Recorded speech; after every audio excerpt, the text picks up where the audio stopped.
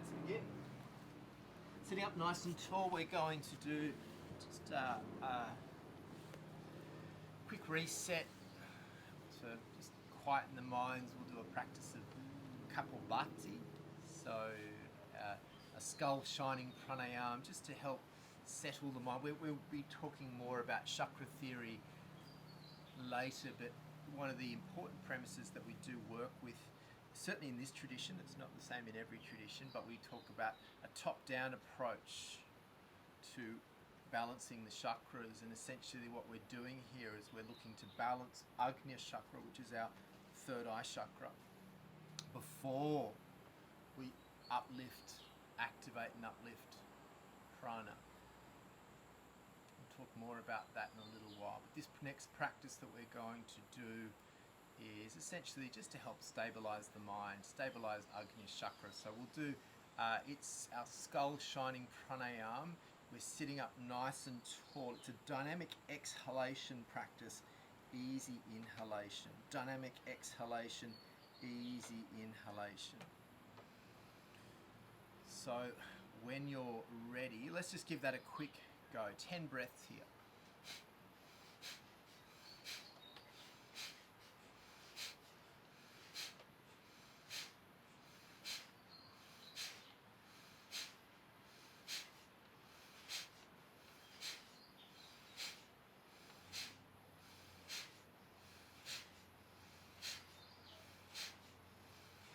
And then have a pause. Have a pause. Just sit with that for a moment. So one of the important aspects of Kapalbhati is that the attention, certainly the way we're doing it today, the attention is actually placed behind the closed eyes. Even though the breath is coming out of the abdomen, we're focusing our awareness there in that space of Chittakash, which is the sky of the mind, or this basically the space behind the closed eyes, the inside of the skull. This is a classical Shatkama, which is a cleansing practice which we engage in before Hatha Yoga. We're going to do another round. Let's do 15 breaths this time. Again, awareness is directed behind the closed eyes.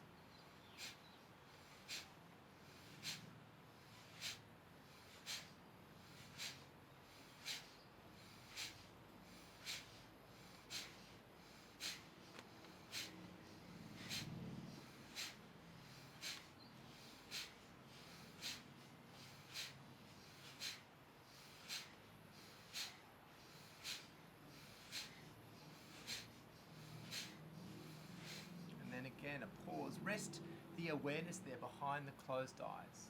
Within that pause, just rest the attention.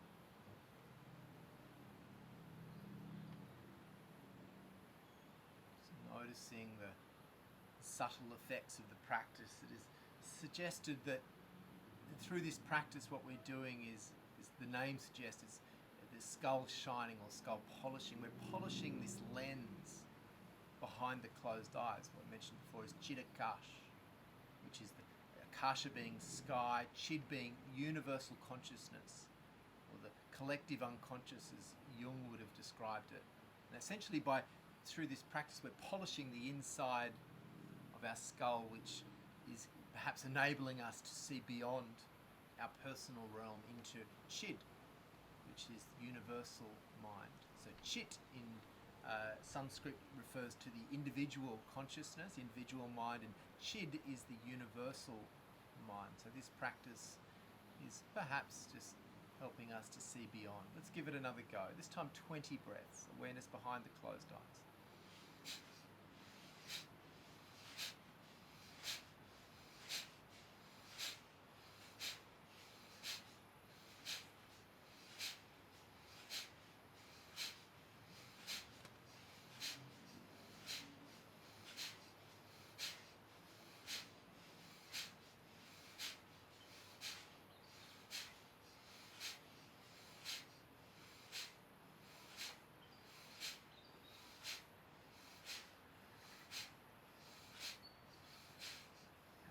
Again, when you're ready, pause.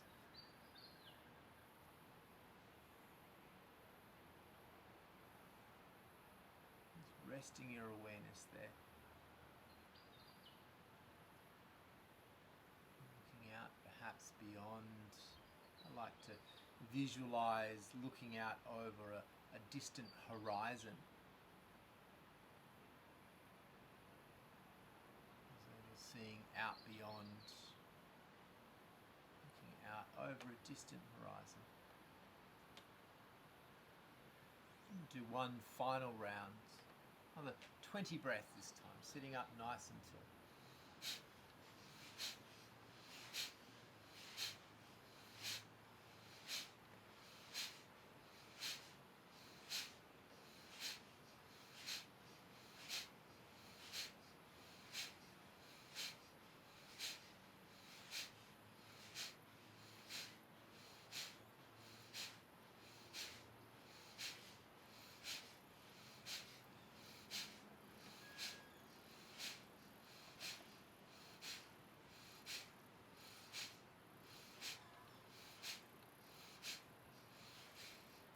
Again, a final pause.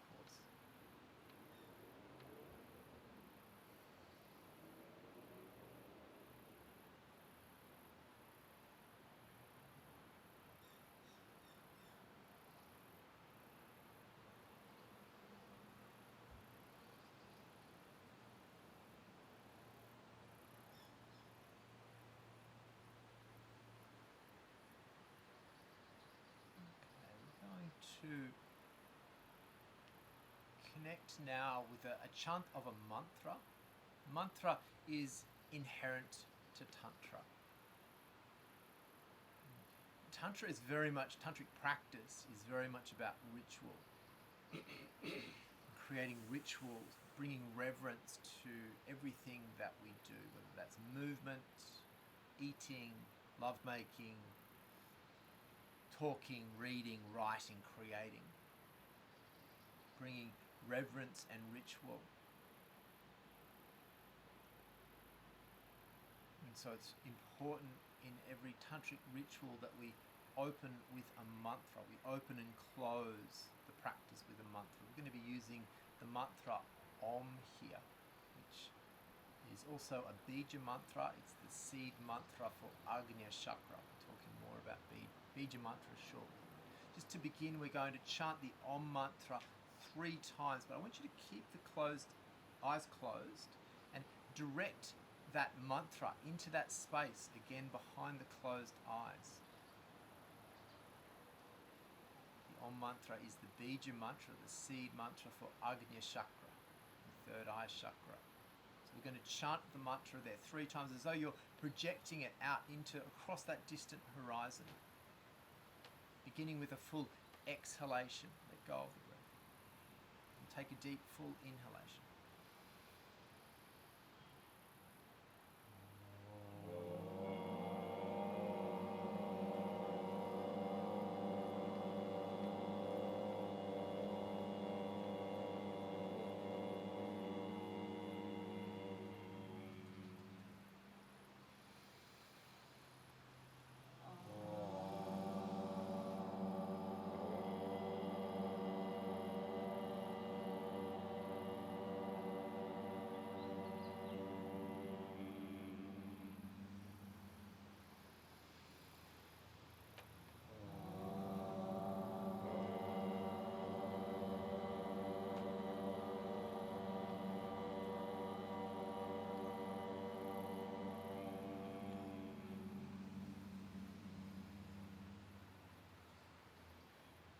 Keep the awareness there for a moment.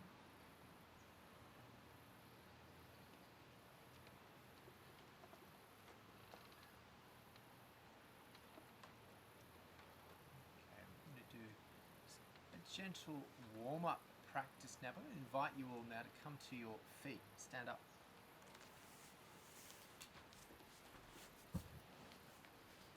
Just maybe stagger a little bit, so we're going to have a little bit of room to move here. Have a little stretch, open up across the chest, interlace our fingers, raise the hands. Exhale, release.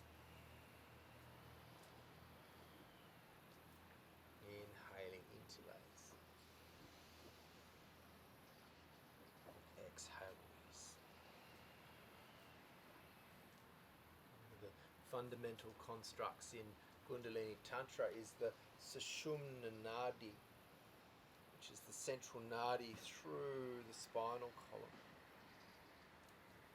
As said, when the Ida and Pingala Nadi, again we'll talk about this later, are balanced, harmonized, and the chakras are balanced and harmonized, then Sushumna can flow. There's a lot of lovely metaphysical discussions around it, but you can talk about just a very pragmatic physical level, this idea of just a healthy spine is imperative.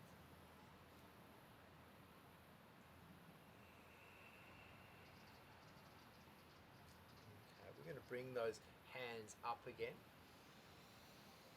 It's time. Interlace the fingers, extend your index finger. Step your left foot over your right foot now. Practice sometimes known as bananasana. I'm pretty sure this is not classical tantra, but it is a nice stretch.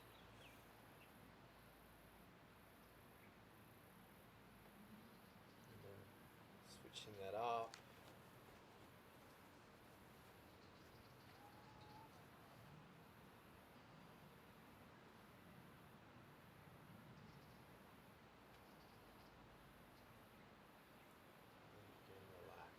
Release the shoulders. Okay, I mentioned before bija mantra. So bija. So this is going to be a sort of a moving lecture. So I'm going to be throwing information. We've got a more formal mantra. So bija is seed. Mantra is a sacred sound, or another lovely interpretation of mantra is a refuge for the mind. So essentially what we're doing here is we're deepening, we're enriching our practice of movement by adding in layers of awareness. One of the important fundamental layers of awareness in Tantra is the use of mantra. So just giving your mind, or again the pragmatic level is you're just giving your mind something to do. And then if you go deeper into that, there is a sacred sound, and we're talking about chakra theory now. Every chakra, should I say, has a natural resonance. A natural resonance. When it is in harmony, it resonates at a certain frequency, and that certain frequency is ultimately a mantra. So we just did the mantra for Agnya chakra, which is our third eye chakra, is Om. So every chakra has a mantra. So we're going to move through. It's a nice way to explore the chakras, get a sense of where they are located, and then again using mantra within. We're going to be using it throughout the practice, dropping in this practice that we're doing today, the next hour and a half or however long it takes for us to get there, is essentially a practice of discovery of the chakras, harmonizing the chakras. So we're going to be, we've already started with, as I mentioned, it's customary to start with Agnya chakra, and then we're going to move into the base chakra, and we're going to make our way up. So this first practice is actually just giving us a bit of an introduction to all of them quickly, and then we're going to do probably about an hour of asana, and using asanas and pranayama as we sort of go through to identify each chakra. So this is a practice of getting to know ourselves, and at the end of that practice we'll move into some kriya practice, which I'll explain later when we get there. So beginning, this is a simple physical practice called Kati Chakrasana, waist rotating pose. We're going to inhale, hands up, make some fists, and then bringing those, actually no, my apologies, let's stop, we've missed one. Let's just start here, hands on the hips, nice wide-legged stance. We're going to start in Muladhara chakra, in your base. So Muladhara chakra is located, it is essentially at the center of your pelvis. The center of your pelvis. The chakra is like, come into a squat. So this chakra is located at the very center of the pelvis. And just creating a gentle activation there. Nice wide-legged squat. So it's a goddess pose, as it's sometimes called. And just feeling that point. Just gently coming up now. We're working with the chakra, but there's another really important element to this, which I need to know that you know this. We can't really progress unless you know this, and I know a lot of you probably do know this if you've been practicing yoga for some time, but this is mula bandha. So there's Muladhara, which is the base chakra, and there's Mula Bandha, which is the lock, which corresponds to that chakra. Same, but different. They interrelate, but they're different things ultimately. But we use the bandha ultimately in this place to activate the chakra. So I need to show you how to work with Mula Bandha before we can go any further. So this is what little sequence I call Mula Bandha 101. So the first thing I want you to do, we've got a nice sort of wide stance here. Imagine that you're going to do a pee-pee. Don't do a pee-pee, but imagine you're going to do a pee-pee. And then stop yourself. Stop yourself doing a pee-pee. So there's two things. What you want to do, this is your urethra tract, and this is a mudra. So this is a mudra, Gyan mudra. And this is an internal mudra. It's the same thing. It's a gentle seal. And what we're doing is sealing the prana at that point. And we're not only sealing it, we're drawing it upwards. So this seal, this mudra is called, this is not Mula Bandha, but this is how we're going to find our way to Mula Bandha. So this is called Vajroli mudra in men and Sahajroli mudra in women. So it's a different name between men and women. So it's a gentle activation, and then it is a drawing up of prana. So anyone exploring sexual tantra, this is a really fundamental mudra to understand. So it's not just a blockage, it's a raising up. We'll talk more about the prana vayus, but essentially this is drawing up prana from that point. And so the next mudra we're going to use is Ashwini mudra, which is in essentially your anal sphincter. And again, it's a very gentle activation here, and it's a drawing upwards. It's a gentle activation. Close your eyes. Feel into it. This is an internal practice. So let's start again at the front mudra, Vajroli or Sahajroli. Activate there, drawing up prana. It's really subtle, doesn't want to be strong. And then front, back, front, back, front, back, and then middle. So find the point directly between those 2 points. There's Mula Bandha. So front, Vajroli, Sahajroli, back, middle, Mula Bandha. Front, back, middle. Okay.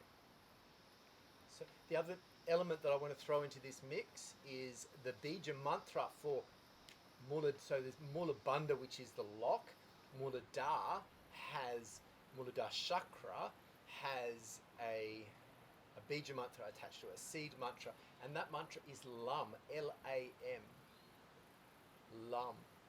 So what I want you to do is just go front, back, middle with LAM. So I'm going to call front, back, LAM. Chant that internally. Front, back, LAM. And then just stay with Muladhara, LAM, in your own way, chanting it quietly.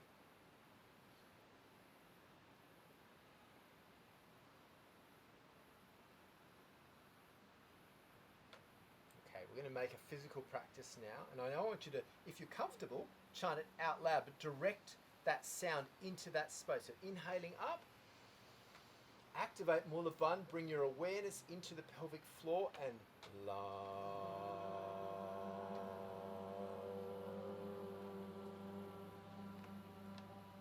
Sit down into it. You're going to be doing lots of chanting this weekend. Inhaling up, la.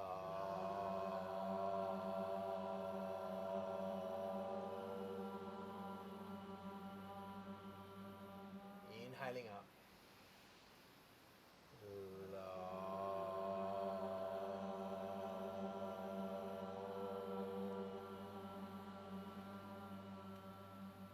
Inhaling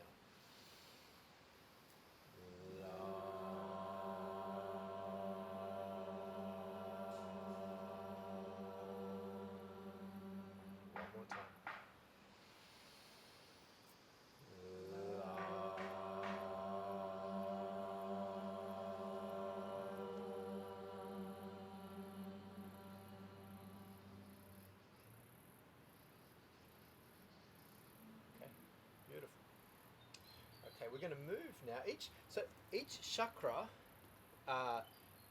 has a kshetra, except for Muladhara.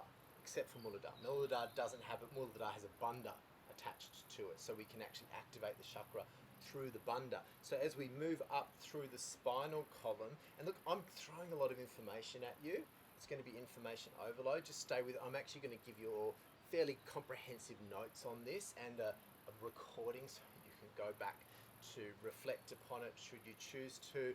But yeah, it's absorption through repetition. So the chakras, and again, I get that some of you are going to know this and some of you it's going to be completely new to you. If you want to progress down this pathway, you need to learn the name of the chakras. It's sort of fair. And actually each chakra, as you say it, is a mantra. So there's the chakra name is a mantra, and also there is a bija mantra attached to it. So there's also with each chakra, except for Mulabandha, there is what we call a kshetram. So the chakra is located within the spinal column. We're basically moving from Muladhara in the base into the tip of the spine. We have Swadhisthana. Manipur is directly behind the belly button in the spinal column. That's our navel chakra moving up to Anahat. It's directly behind the sternum. And then Vishuddhi, directly behind the throat pit. Agnya within the third eye center at the top of the spine, basically in the center of your midbrain. And each of those chakras, except for Muladhara, has a kshetram, which is the activation point. That's corresponding the front line of the body. So we're going to be working a lot with this over the next part of the practice, is activating because if you want to activate the chakra, one of the ways you can do it is to work with that corresponding kshetram on the front line of the body. So let's do a little practice. It's just a practice I use to sort of identify and get a clearer sense of, and we can work with the bija mantra and get to know our chakras. So let's start where we were before, hands out. And then exhaling, bring your fist, one fist to the pubic bone, the other one to your tailbone. And then inhale. You can actually be quite firm here. So this is Swadhisthana chakra. You're giving yourself a tap on the pubic bone and a tap on the tailbone. The pubic bone is the activation point there. Swadhisthana is the center of the water element. It's said to be the seat of our samskaras, our latent desires.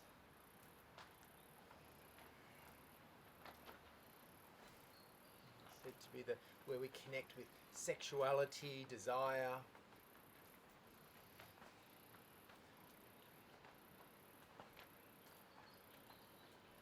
The bija mantra here is VAM, V-A-M, V-A-M. So let's just do that now. VAM, VAM, VAM, VAM, VAM, VAM, VAM, VAM, VAM, VAM. Let's slow it right down. Let's bring our hands all the way up. As we exhale, the fists come in. VAM.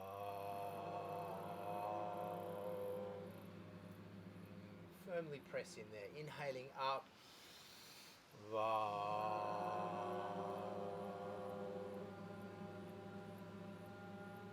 Inhaling up.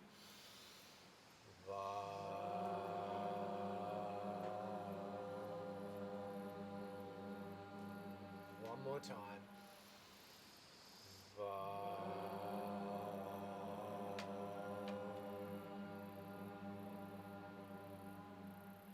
Awesome. Let's keep it going. Now just have open hands. Bring one hand to your belly button and one hand behind your back, the corresponding place. So one hand over the belly button, one hand behind the back. Inhaling up. And this is this Manipur chakra.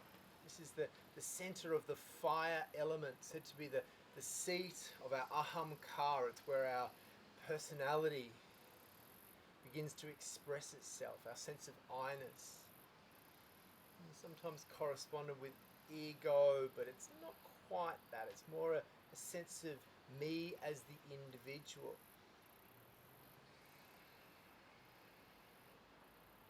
So my willpower, my desire. It's the center of the fire element, Agni. Tejas. As we move our way up from Muladhara into Swadhisthana, now into Manipur, prana becomes more subtle. So we're going to use more gentle movements here. The mantra here now is Ram, R-A-M. Let's just do it quickly for a few rounds. Ram, Ram, Ram, Ram, Ram, Ram, Ram. And now slowing it down. Full breath in. Ram.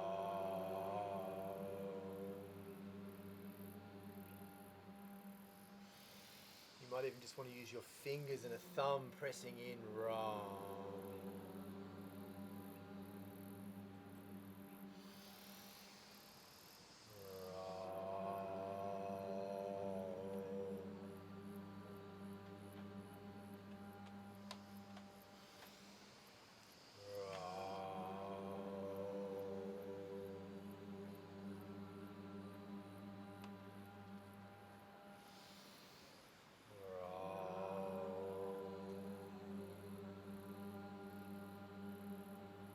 Let's do one more. Inhale up.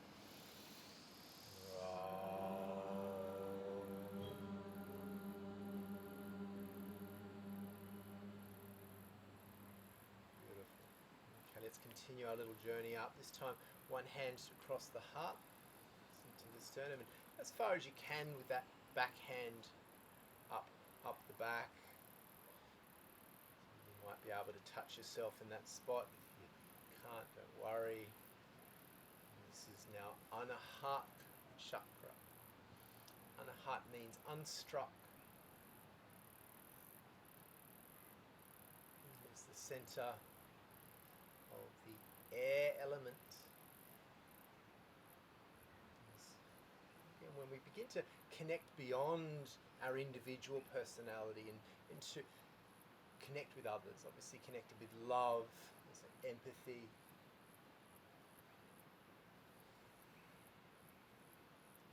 So personality is ascending beyond the individual into more of a cooperative.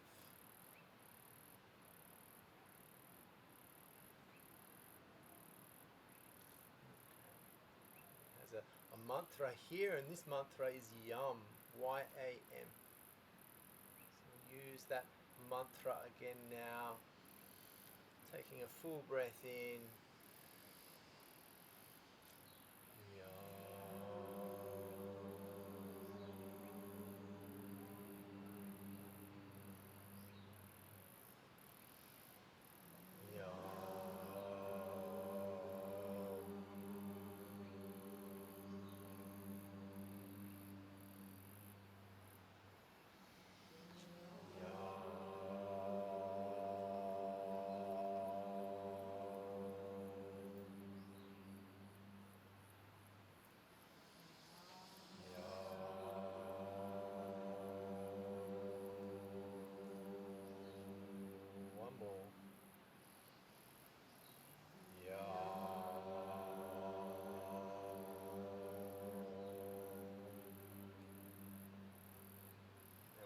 Continue to move, this time just touching yourself really lightly in the throat pit. This is the Shatram, the activation point for Vishuddhi chakra. This is your throat chakra. It connects with our capacity for communication. So in Anahat we feel, within Vishuddhi we learn to communicate feelings. We're touching really gently here into the throat pit, just with a single finger into Vishuddhi. This is the center of the ether element. And the mantra here is Hum, H-A-M, Hum.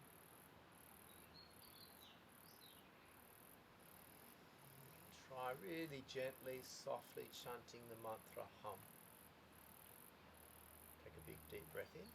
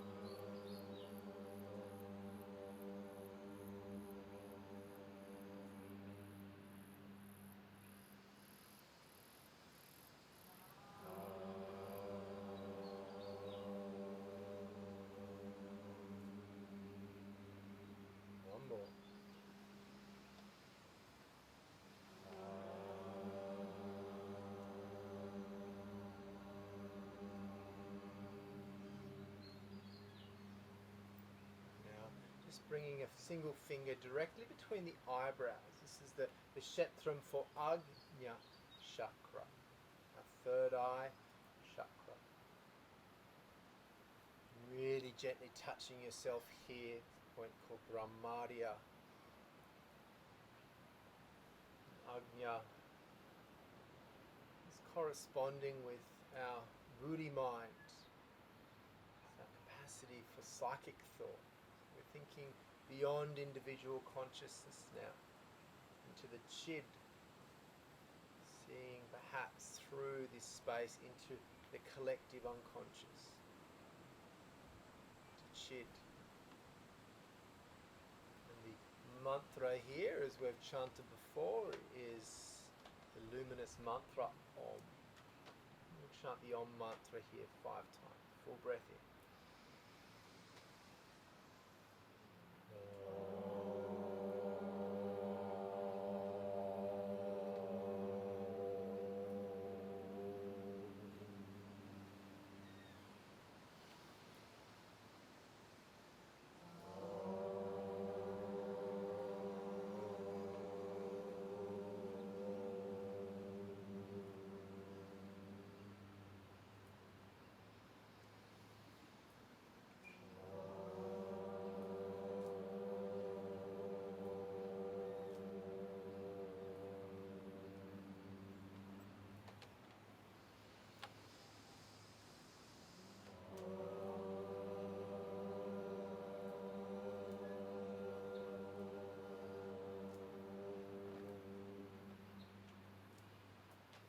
Let's just release now from the practice.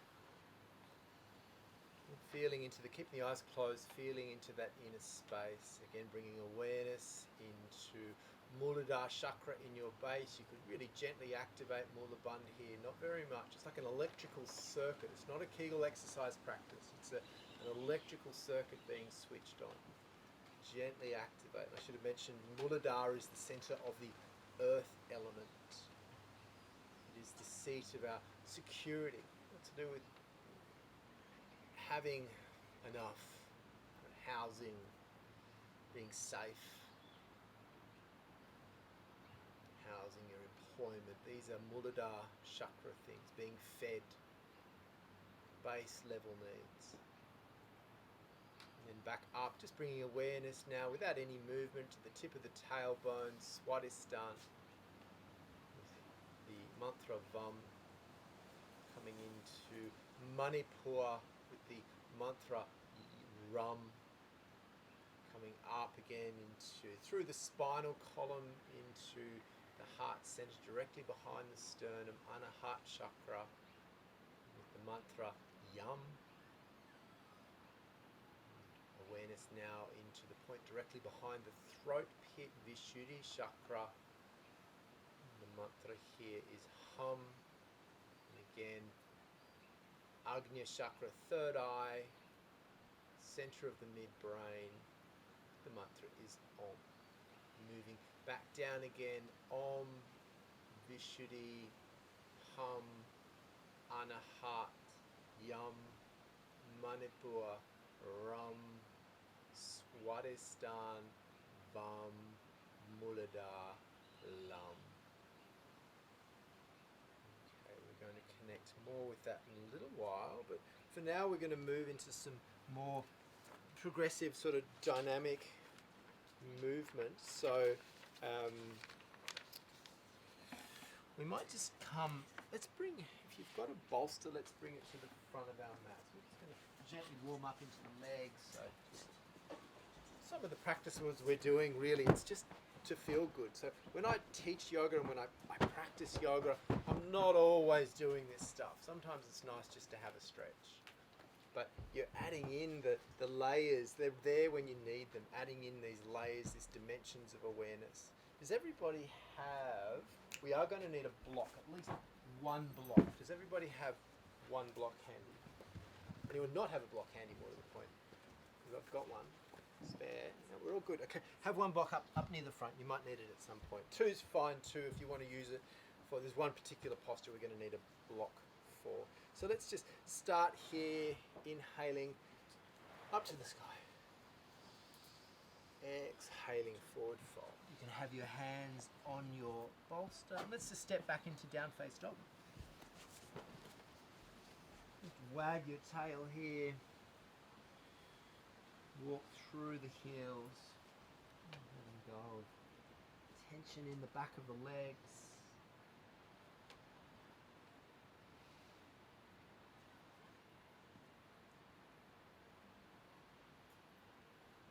Now resting your knees onto the mat.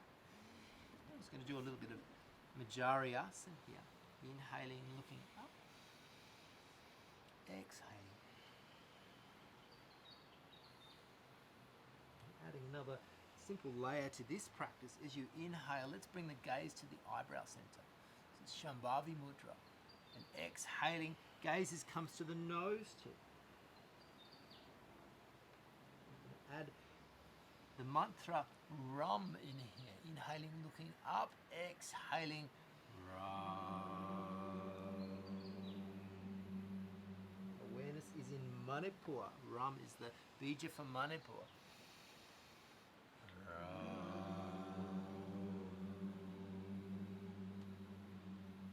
Find your breath.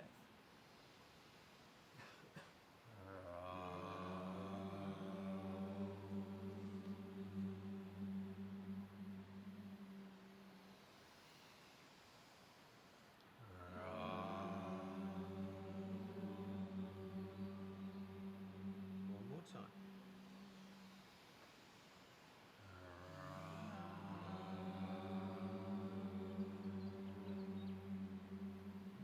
Few more rounds now without the mantra, whatever you feel like, whatever feels good. You can make this next practice more fluid. Maybe move your pelvis around here, making some big circles. And there's this dance between creating structure using mantras and classical forms, using the kriyas in very specific ways, and then just freestyling. There's a beautiful balance that we use in tantric practice between having form so we can actually experience the formless. So Shakti exists within structure. Shakti loves structure, but Shakti also loves to be uninhibited. Shakti loves to be wild.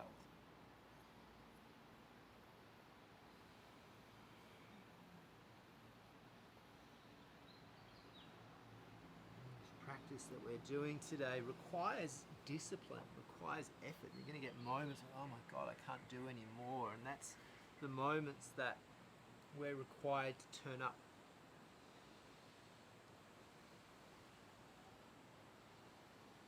Coming back into your center position now.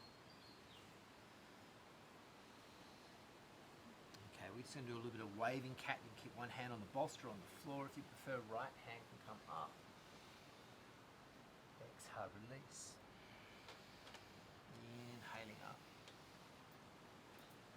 Exhale. Find your breath.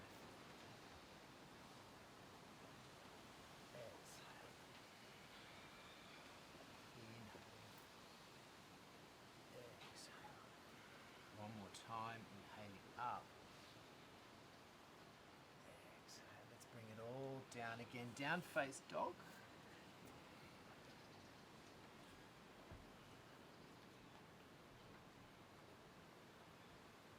Walking through your feet, exploring any points of tension there. You might want to pick up your right foot, just hook it behind your left. Stretch there.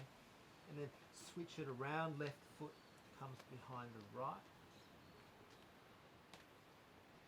And give it a rest. Let's just pick up the right foot now. Step it forward to the right hand. We'll come into a low lunge. So if your knees get it all uncomfortable when you lunge, you can always just tuck in your mat. If you've got a blanket there, use a blanket. Let's come into a low lunge here. Let's shoot the hands up. Grab a hold of our left wrist and gently come over to the right side. So we're looking for length, lifting up, projecting out of that knee.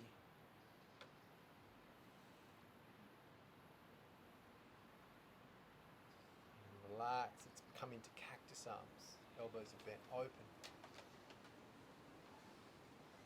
Relax.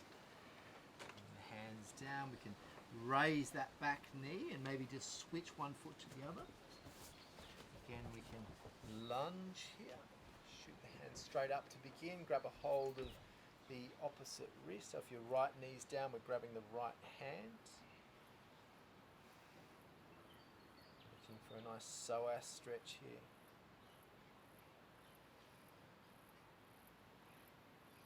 And then cactus arms, again, bend the elbows, open the heart to the sky.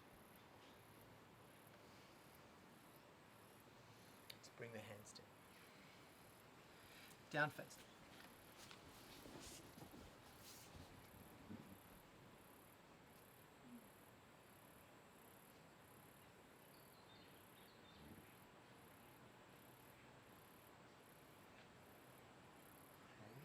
Pick up our right foot now, just stepping it forward. We're coming into warrior two legs. You might want to move your bolster if you've still got it there. So we're going to be now exploring a series of asanas. Again, we'll dance with the bija mantra a little bit, but connecting again the mantra, the practices that are attuned to different parts of the body. So different asanas are attuned to different chakras, as I mentioned before.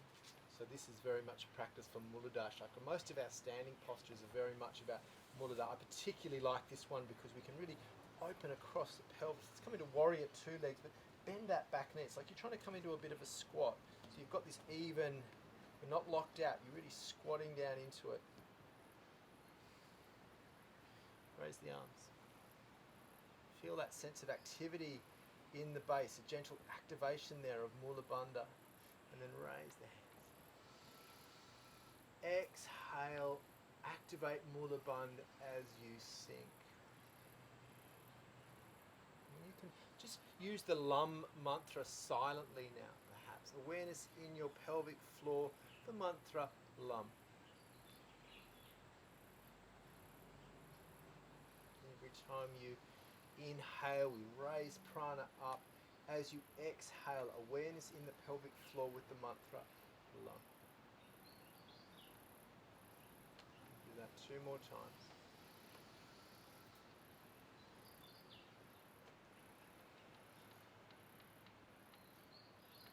And then we'll do 3 out loud. Inhaling, awareness in the pelvic floor, Lam.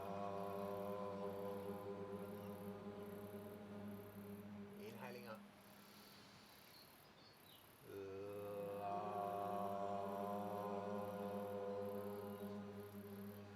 Inhale, raise awareness.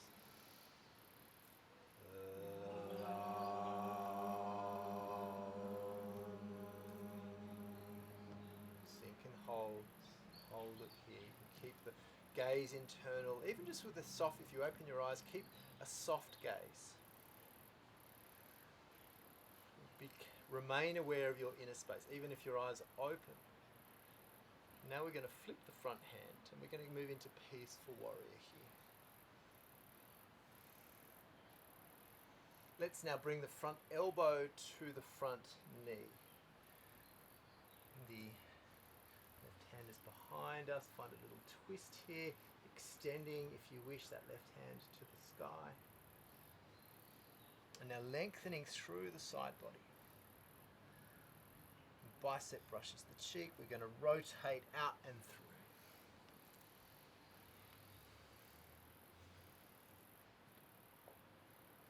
The right hand can now come to your thigh or towards your shin. We're moving into Trikonasana now. Another fantastic practice for Muladhara chakra. Really push through your feet, gently activating through your bandha there. Extends to the heavens. You're grounding in the earth. Activate. Mula Bandha is the center of this practice. It's said to be the master key in Hatha Yoga. Every time you exhale, gently squeeze the bandha.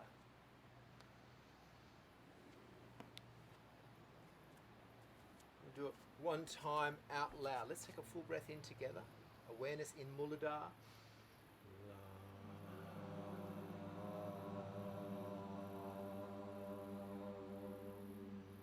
Let's lengthen now through the side body. Bicep brushes the cheek and we can move out into peaceful warrior. Exhale. One of the things that I am practicing, I should have mentioned it, with Gyan Mudra. Gyan is our gesture of introspection. Again, none of this is compulsory. It's just adds a layer. It's essentially it's not just decoration for my hands. It's actually energetically bringing awareness back to the internal space. So it's helping me become aware. So you practice with Gyan Mudra. It just helps to refine the subtle awareness. Let's move through, again, peaceful warrior. Let's fly the hands down, frame the front foot. Back now into plank. You can have the knees down, moving from high plank to low plank, Ashtanga Namaskar, or into Chaturanga, Bhujangasana. We'll come back up into down face dog.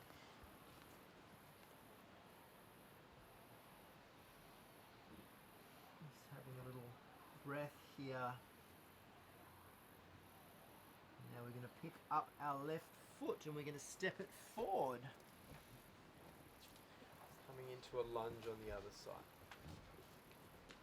Raise the hands. So we're still working with Muladhara chakra here. Check your feet. It's not just about the chakra, it's everything beneath that chakra. Your feet are imperative. Bring the hands down for a moment. Focus on your legs. Squat into it. Find that happy squat here. So if you've got any discomfort in your knees, do be mindful that there should be no pain. But for most people, what you're doing, because the knees are able to move out, if I'm locked here, what's happening is we tend to lunge that way. But if you can come down evenly on yourself without moving the feet, strong position. Raise the hands. Inhale up. Awareness in Muladhara chakra. Exhale. We'll do 3 silently with the mantra Lam.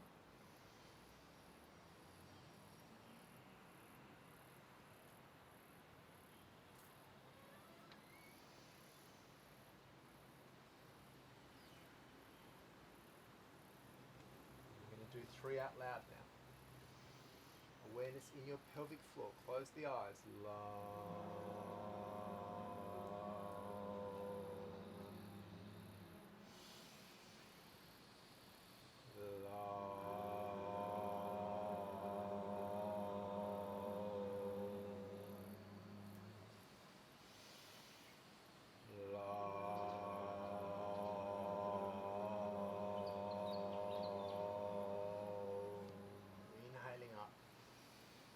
Coming into the static posture now.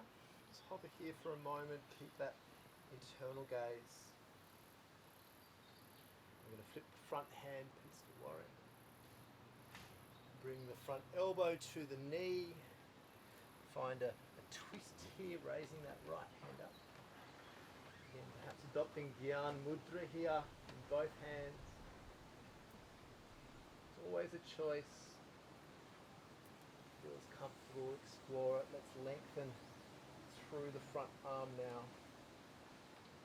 Side bends. And then bicep brushes the cheek. Let's rotate through, peaceful warrior. And now releasing that front hand to the thigh or to the shin. Your right hand extends to the heavens. Again, this is a masterful practice for Muladhara chakra. You're attuning awareness to the ground, you're active. Muladhara is the centerpiece of your triangle. And from that point, you are the Eiffel Tower extended to the heavens. Beautiful. Let's move now into a side bend. So moving that arm up, bicep brushes the cheek. We'll rotate through into peaceful warrior. And then again, we're going to fly our hands down to the front foot. Frame that front foot, step back. Hover here, high plank, and then low plank. Let's just come down to the ground now. we're coming in. Let's come into Sphinx pose. So the forearms are down. So Muladhara, tick. We're moving now into Swadhisthana chakra. So this is a position we're in now is called classically Saral Bhujangasana or baby cobra. Sometimes called Sphinx pose, as you can see. We're looking a little bit like the Sphinx in Egypt. So it's a great practice to, you should have in Bhujangasana your pubic bone pushed into the mat. So lifting up the knees, pushing down through the tops of the feet and the pubic bone. So imagine there's 3 points of a triangle. The top of each foot is 2 points, and the top of the triangle is the pubic bone. And now if you're comfortable, hands can come under the shoulders and lift yourself up. But just to the point that your pubic bone is still attached to the mat. So one of the things you often see people doing in yoga classes is coming up to sort of like here, we're up on the knees. And this is neither Bhujangasana or upward facing dog. If the knees are up, we're in upward facing dog. And the butt should be really good, well squeezed. But Bhujangasana is a really, in Tantric methodology, it's a really important position for Swadhisthana activation. So you're better off being right down here, nice and low. If you've got any back issues, staying down nice and low. Particularly today, our focus is very much just upon activation of the chakras. So really feel your pubic bone there pushing, and close the eyes, bringing awareness into your tailbone. Notice, imagine that there's an energetic line running between the pubic bone and the tip of the tailbone. Running between the pubic bone and the tip of the tailbone. So this is Swadhisthana chakra. It's the center of the water element.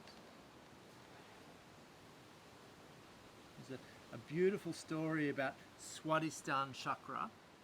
You can actually, if you want to come into crocodile pose, this is actually a story about a crocodile that if you look at the symbol of Swadhisthana is a yogi meditating upon a lotus which is floating upon a lake, and within that lake is a crocodile. The crocodile is swimming between within the dark waters of that lake beneath the surface. And the crocodile represents our samskaras.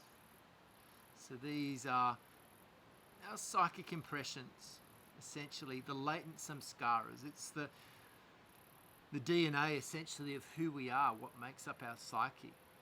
In modern terms, we talk a lot about trauma, but any unresolved karmas essentially are coming from these samskaras. And as a yogi, essentially, so this has got to do with our sexuality, our desire, aversion. And as a yogi, our mission is essentially to learn what those samskaras are, to learn what our desires are, but also learn to just cultivate a sense of gentle detachment from them. So to learn how to meditate on top of that lotus that floats above the lake. So we're not swimming in the lake with our samskaras. We're not being chased around by the crocodile of our desires. So many of us are driven so often by impulse and desire. Within Tantra, the methodology is basically we get to know our desires, we embrace them, we work through them. One of the most powerful teachings that I was ever given is if something's on your mind, if you're thinking about something all the time, if you want something, go and do it. Don't repress. Go and do it. Feel that feeling. Go there, but do your sadhana first. Go and cultivate that level of conscious awareness so you can know yourself as you do it. Why am I doing it? Why do I want this thing? Why is it so important to me? What part of my personality is driving me here? And this is all Swadhisthana stuff. Getting to know our latent desires. we're going to just release now. Bring the forearms down. We're going to do a couple more practices for Swadhisthana here. Picking up actually let's have the left hand out in front. So left hand out to the side. Left hand out to the left side. Right hand comes underneath your right shoulder. We're going to pick up our right leg and come over to the left side. So it's a gentle twist. Just be mindful of your neighbour. Opening through that hip flexor. Again, awareness is in the tailbone. Let's flip that up onto the other side. So extending that hand. If you can see your neighbour's face, you can give them a pat. A little pat on the face. Everybody loves a little pat. And then just bringing awareness back to your own practice.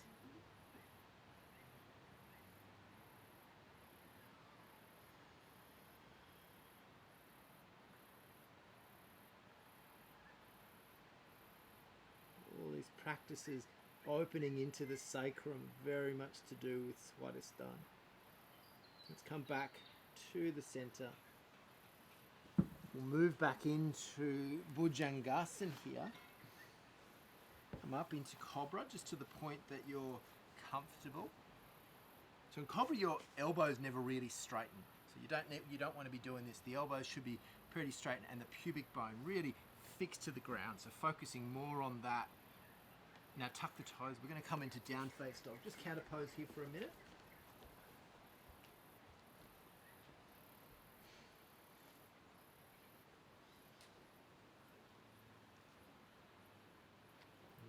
Relax. Let's come back again. High plank, low plank. Let's lower it in. Coming back into our Bhujangasana. And now we're going to use our bija mantra. So keeping your pubic bone on the mat, bringing awareness into your tailbone. We're going to use the mantra VAM, V-A-M. Taking a full inhalation in, awareness into the pubic bone. VAM. The floor, inhaling up. It's awareness in the tailbone.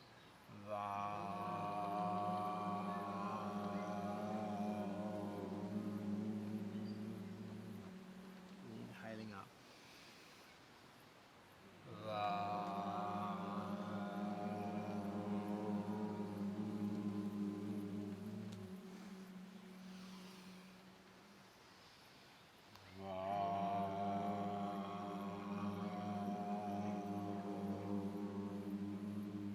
One more.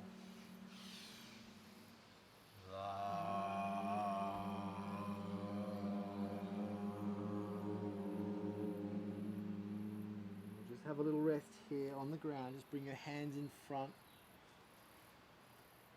Make a little pillow.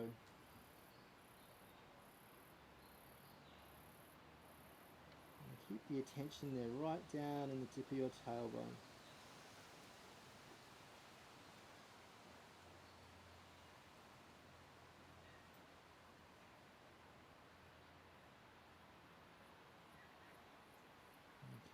Going to release. Now again, Bhujangasana. Coming up and again down face dog.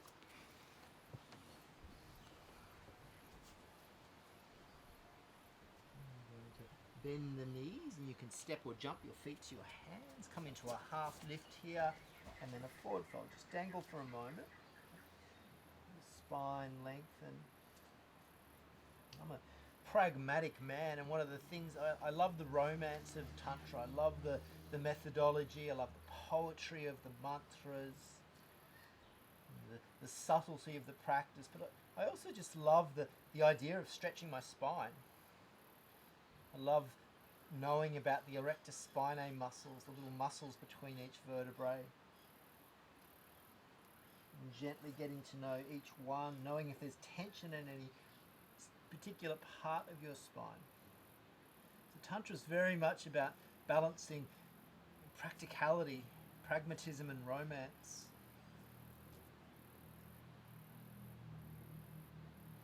One of the things about modern yoga is it often gets masquerades as a practice of physiotherapy. It's all about just fixing your spine and balancing your pelvis and, you know, getting strong and flexible. It can be that. That's just such a thin layer to it. Let's bend the knees. Let's push through our feet. Let's come up. Inhale. I'm a believer in this middle path. Some of the kundalini yoga schools don't do a lot of asana, and when they do it badly. You know, I've been into kundalini yoga, people are hurting themselves. They're doing physical, you know, kriyas again and again. I remember doing one, it was crazy, this forward bend, back bend, and you know, everyone's walking around with bad backs. That's just stupid. We don't do that in yoga practice. That's, again, this middle path, and this is where B.K. Iyengar and the lineage of Krishnamacharya brought so much of awareness to asana. Don't get stuck there either. So I think, again, this balance between pragmatism and romance. Tantra is very romantic. It's caught up with the energetics and the whats and the hows and the deities, and there's such a beautiful space to explore, but let's not hurt our backs in the process. You know, let's build strong, vibrant physical bodies. As far as I'm concerned, that's what Tantric Hatha yoga is very much about. So we're going to continue on our little journey. We've explored Muladhara, we've explored Swadhisthana. We're moving now more up into Manipur. This is the seat of the fire element. So we're going to be doing some fairly fiery practices now. We're going to start on our feet with a pranayama practice, and this is a really important practice for Manipur, and it's contraindicated if you are pregnant or if you're experiencing any sort of discomfort in your belly. So what I would generally suggest, but we did Kapalbhati at the beginning, I should have actually mentioned, that's also kind of contraindicated. And look, any of these practices, if they feel uncomfortable to you, then they're contraindicated. If they feel okay, then you're fine. When I say it's contraindicated, if you are, you know, pregnant, or perhaps you're menstruating, or you just have any abdominal discomfort, I think you can generally still do them, depending, you know, that's up to you ultimately, but just go mindfully, go gently. So with Bhastrika, it's a dynamic exhale, dynamic inhale, dynamic exhale, dynamic inhale, dynamic exhale, dynamic inhale. So it's a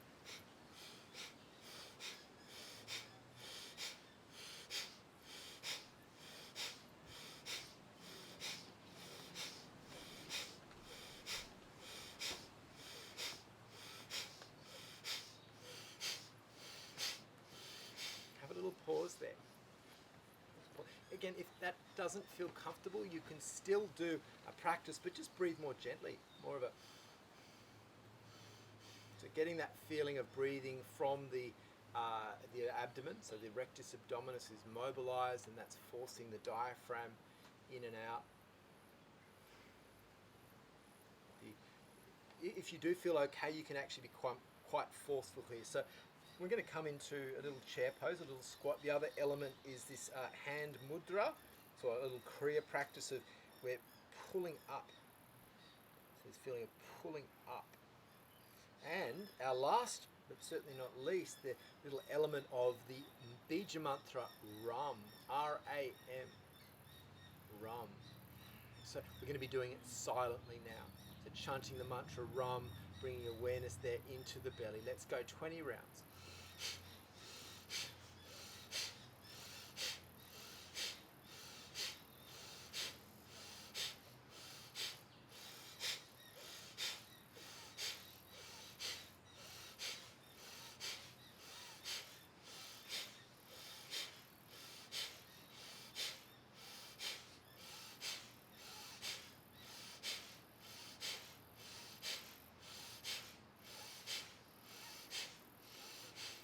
Have a pause. Awareness is within the belly. Awareness of Manipur chakra.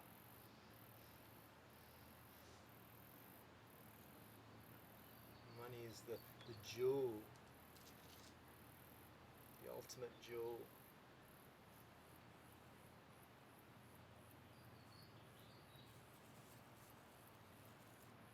This is where we're cultivating willpower. We're actually stimulating with these practices a lot into the adrenal glands, but also activating our metabolism. Most of the practices that we're doing in Manipur is really important for Tantric Hatha yoga.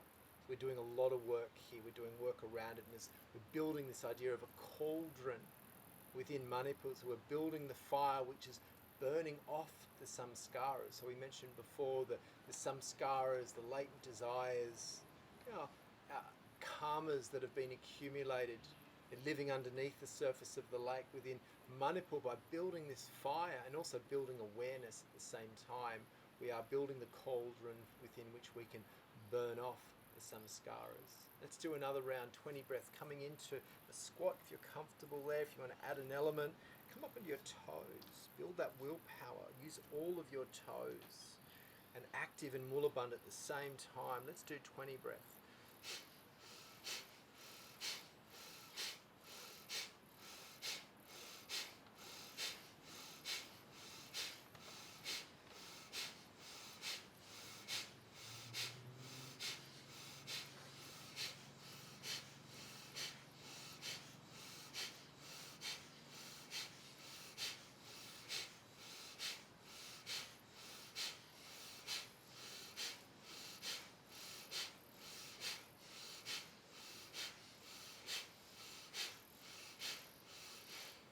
Again, a pause. Feel that space. Awareness rests there. Manipur chakra.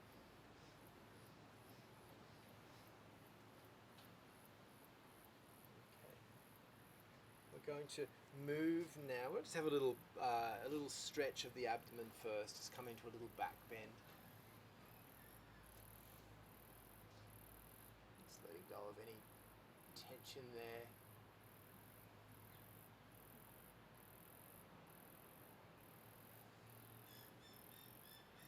Might have a side bend here. Pick up your left hand, grab a hold of it, just gently opening.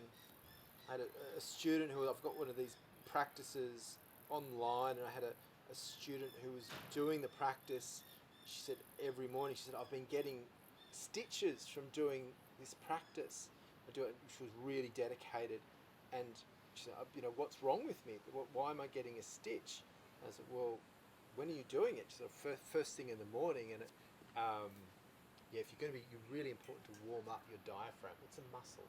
It'll get a stitch. It'll get a cramp if you're doing these forceful practices. Really important with some full yogic breath or something. We've done quite a lot of warming up before we move into these practices. Let's move down towards the floor now. Inhaling up, exhaling forward fold. Inhaling, looking up, back into plank, high plank, low plank. Inhaling, bhujangasana, down face dog. Might have a little three-legged dog here. Pick up your right foot, pick it up, peel it open. And then release it. Left foot, pick it up, peel it open. And then release it. Right foot comes up again one more time. And now stepping it forward to the right hand. We're coming up. Have your block handy. Is this my block? Everyone got a block? Have a block inside that front foot. So we're going to do a practice now of twisting trikonasana, revolved triangle. So we're facing off the front of our mat. We're square on the front of our mat. So imagine you're standing on rails. So the foot's not back here, it's right up. We're pretty much square at the pelvis, but certainly square across the shoulders. Comfortable distance apart, so you're fairly balanced. Hands can start on the hips, and then we're just going to come forward so the torso is parallel to the floor, and release your left hand to the block. Right hand comes behind you. So we're looking out to our right side. It's a gentle twist. We're going to do, this is again, these twisting practices are very much focused on Manipur chakra. We're going to pick up our right hand now. Point it to the sky. It doesn't need to come up all the way, just to the point that it's comfortable. Take a full breath in, awareness into your belly, and we're going to exhale with the mantra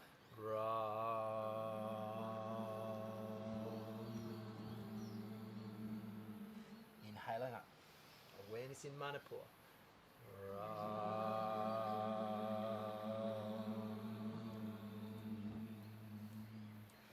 Inhale up.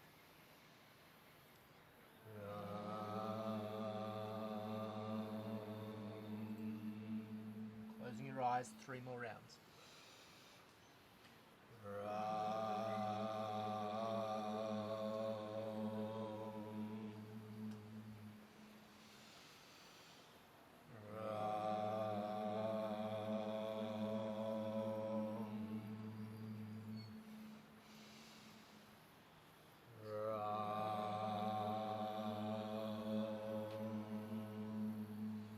Let's bring that hand up and hold there. Stay with the twist. Awareness is in the belly. Check that your feet are working. And then relax. Both hands down. And release the block. Hands to the floor. Let's just step back into down face dog here. We'll come forward into high plank. Moving from high plank to low plank. Move through a gentle vinyasa. Back up into down face dog. Left foot can come up now. Pick it up, peel it open, and step it forward. We're in our high lunge position. Or should I say warrior one leg, so we're setting up with the, we're really anchoring. Importantly, we're anchoring through the outside edge of that back foot. Feel your gripping down. That's going to be your anchor point here. Again, the block. I wouldn't usually use a block for twisting Trikonasana if I wasn't doing this. So often I'd be right down here, but what I do find is if I'm using the chant, it helps not to come down too far. So you can breathe into your belly more. So having the block is quite useful. You don't have a block, you could always have your hand here, but don't focus too much about coming in too deeply into the twist because it's going to make it harder to breathe. You can play with that stuff. You could twist as much as you want and just feel into it. It's nice to have a bit of pressure when you're trying to breathe into a twisted diaphragm. It's going to challenge you a little bit. Play around with this stuff. Let's come forward using the block should you desire. Right hand on the block. Left hand can just be behind the back, feeling into that twist to start grounding through the outside edge of that back foot. And then picking up your left hand.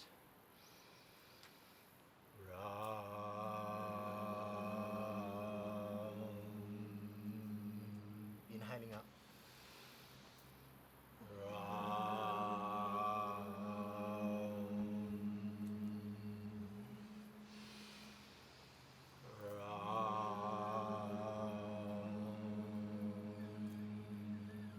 Inhaling up.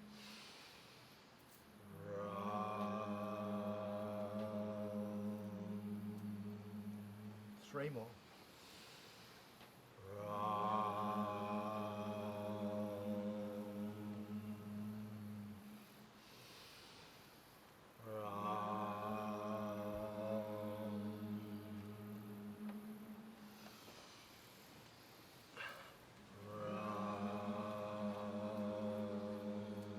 Let's bring it up and hold it now.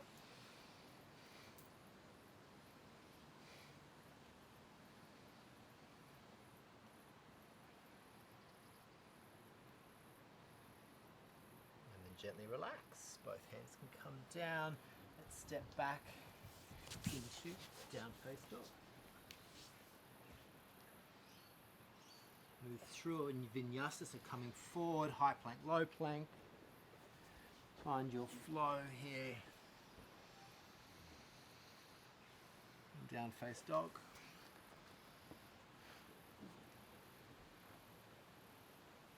We're going to bend our knees and step the feet forward. Half lift, forward fold, and then coming up. We've got one more practice for Manipur here. This is actually a Kriya practice. So it's called Agni Sara, Agni being our fire element. And it's a really simple practice, but it's, again, conscious. We're going deeper into this sort of idea of a diaphragmatic breath. So it's a full Agnisara is essentially, you can do it from a squatting position. I like to do it one leg at a time to start. There's numerous variations. Essentially we're exhaling, and imagine you're pulling up a pair of socks as you exhale. And then pull up a pair of socks. And then both sides. Rolling feeling. So we're coming up the left, coming up the right, coming up both. And as we do it, really pulling in this wave from the belly, raising up. Let's give it a go. So again, coming for, if you are at all uncomfortable in this practice, you could probably just still have a gentle sense of it, but don't worry too much about going deeply into it. Please just practice within your realm of comfort. So let's take an inhale, exhaling as you come forward. Playing around with it, exhaling as you bring it up.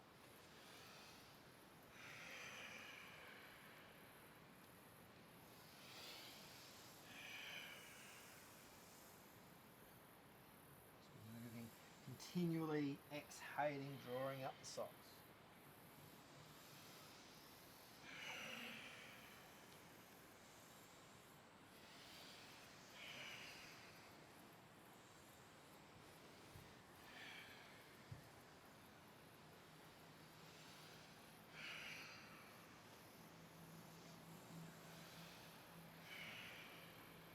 Do one more round like this, and then just bring your hands to your knees.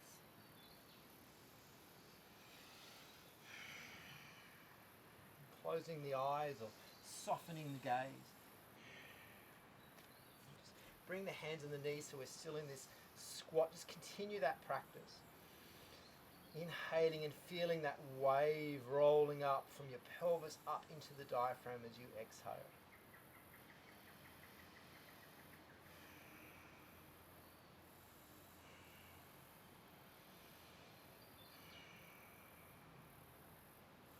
Again, you can layer in your bija mantra here, doing it silently as you exhale the mantra Ram.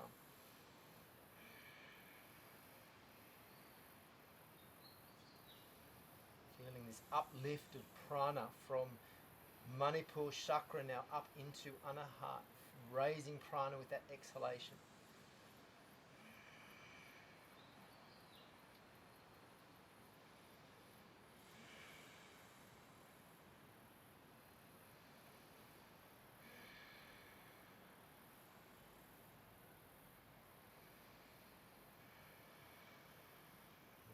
Couple more.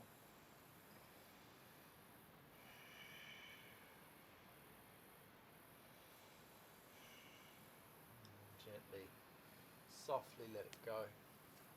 Just coming up. Just rest for a moment, close the eyes, standing Shavasana. These are big practices. We're stacking a lot of fairly intense practices together. So just taking these important moments to stop, reflect, give yourself a moment to have the rebound.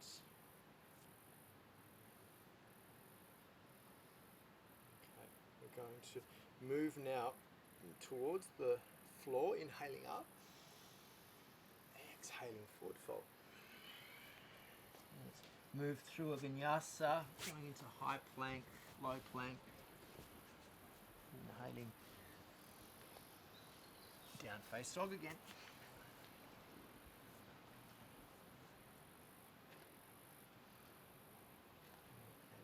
We're going to just gently drop our knees. Actually, no, we'll come high plank first. High plank. And then coming down.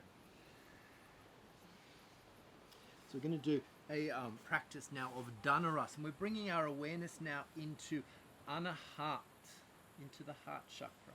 So a lot of our backbend practices, our heart opening practices are very much to do with Anahat. So we're going to do 3 back bends now. The first is Dhanarasa, and it's our bow pose.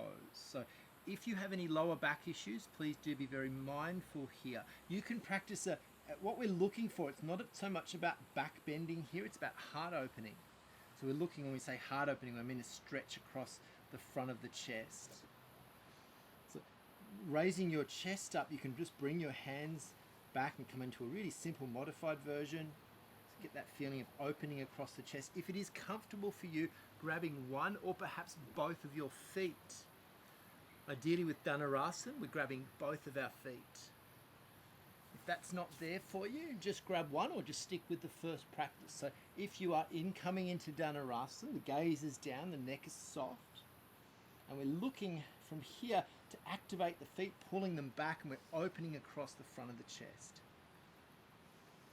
And this is giving us a gentle activation across the front of the chest. It's actually a beautiful stretch into the vagal nerve. Very much corresponds with this feeling of anahat, where we experience empathy. The vagal nerve essentially is helping us to relax, soften, let go of this individuality, experience empathy. Let it go. It's coming into the neutral spine, releasing your forehead to the floor.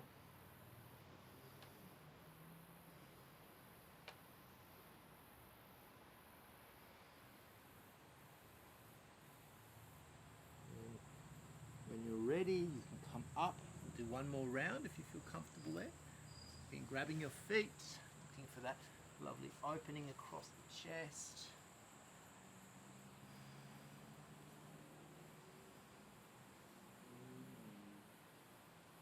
The focus here is on a gentle stretch across the front of the chest, soft breath, gentle gaze. And then let it go. Gently, gently, softly, softly. Bringing awareness into the heart space there.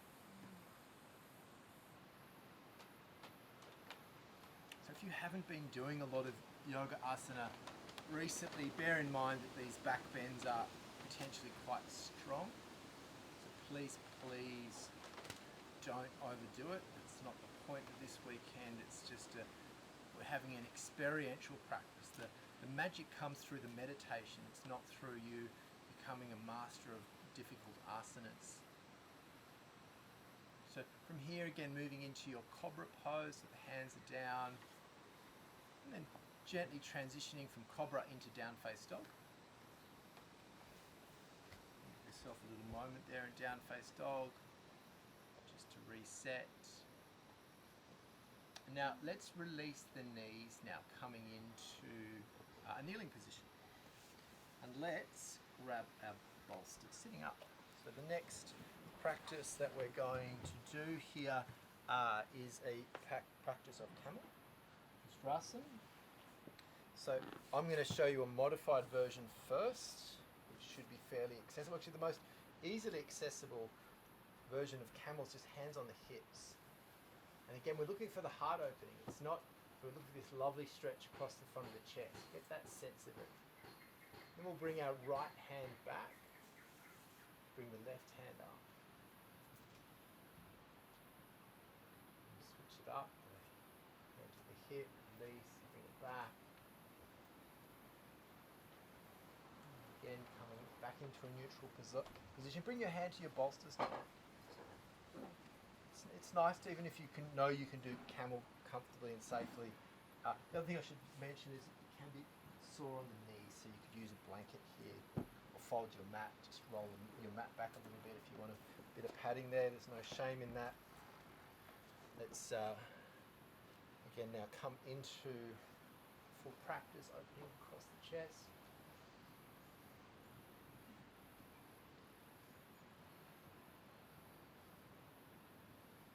Relax that, release it, sit into it. Just coming into a kneeling position now. Let's bring our hands to our heart, into pranayama, anjali mudra. Taking your thumb, gently pressing it into your heart space. Just watch the heartbeat settle. And you can silently recant your bija mantra here of YAM, Y-A-M.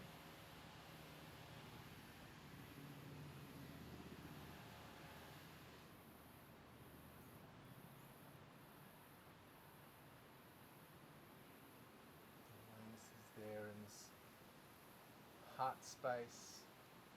Hridayakash, the sky of the heart.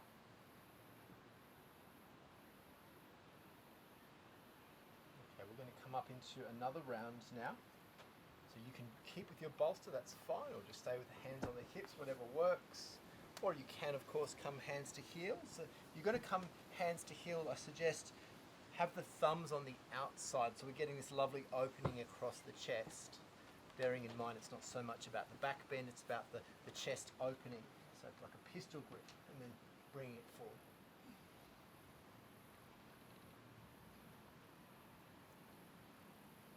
Find your happy place here.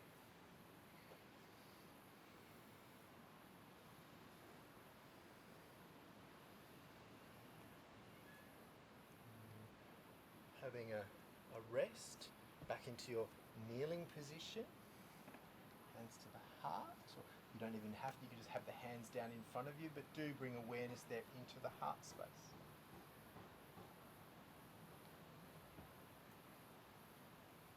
Watching as your heartbeat settles.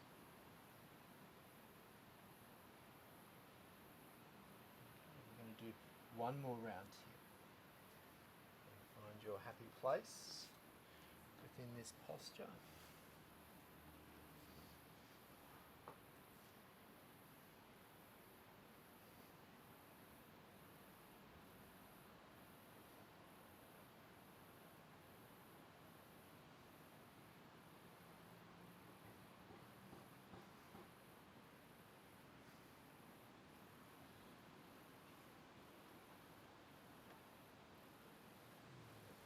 Time, relax, release.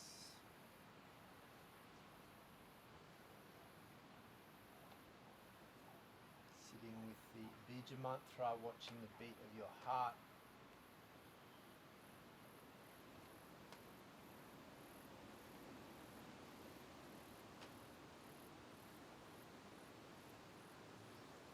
Bija mantra here is yum. You may wish to listen for the sound of the mantra yum within the heartbeat.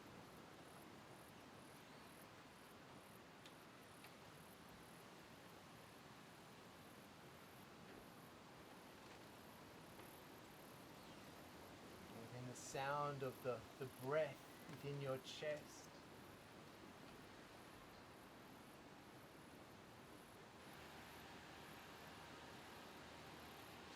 Now we're going to release, coming now into balasana, your pose of a child, just releasing yourself to the floor here.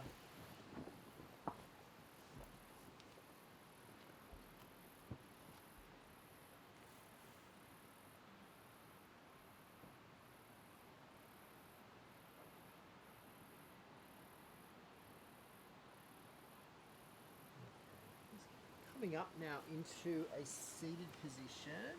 We're going to maybe use a blanket if you've got one handy.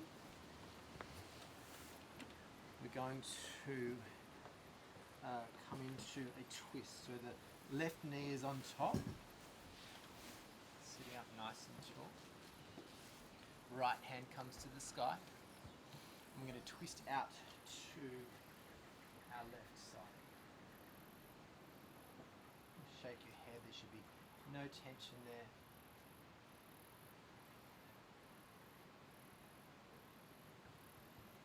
Now, releasing that, let's go the other way.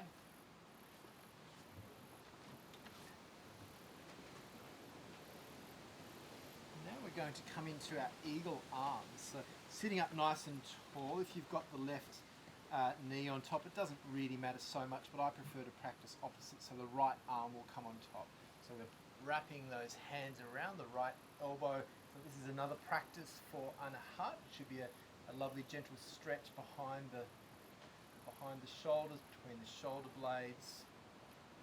Bringing your awareness there into that point of anahat, within the spinal column, directly behind your sternum.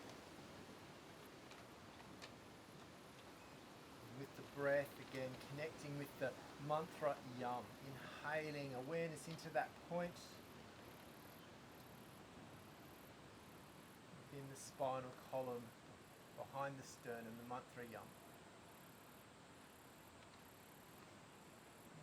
relax it, release. Give yourself a cuddle for a moment. And releasing the hands. We're going to walk our hands, keep the feet where they are, walk the hands around to your right side.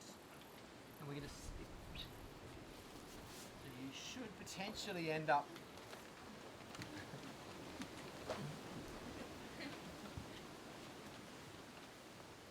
eventually we'll end up with our right leg on top.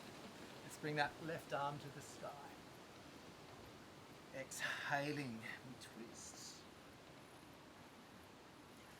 Anahat is the center of the air element.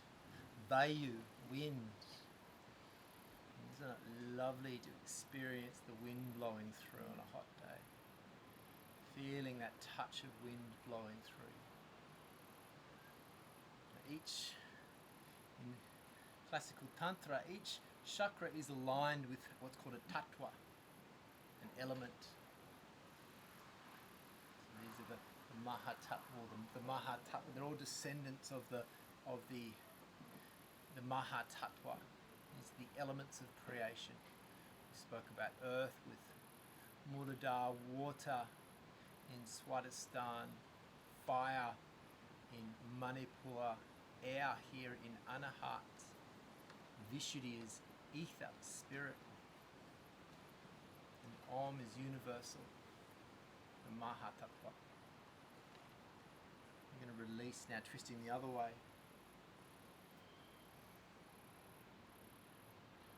And then back through the center, let's bring our arms out, finding eagle arms, left arm on top this time.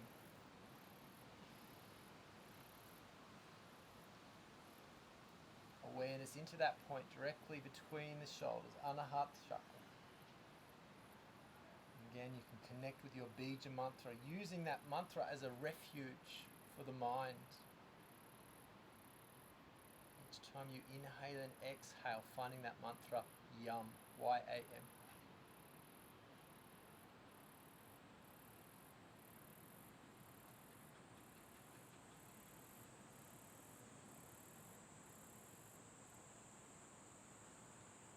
Gently let the hands go, give yourself a hug, and then release. Let's bring the hands down, let's bring the feet in front. It's a simple forward fold now, just bending the knees as much as you need to. You can have a bolster underneath your knees even, just folding here into Paschimottanasana.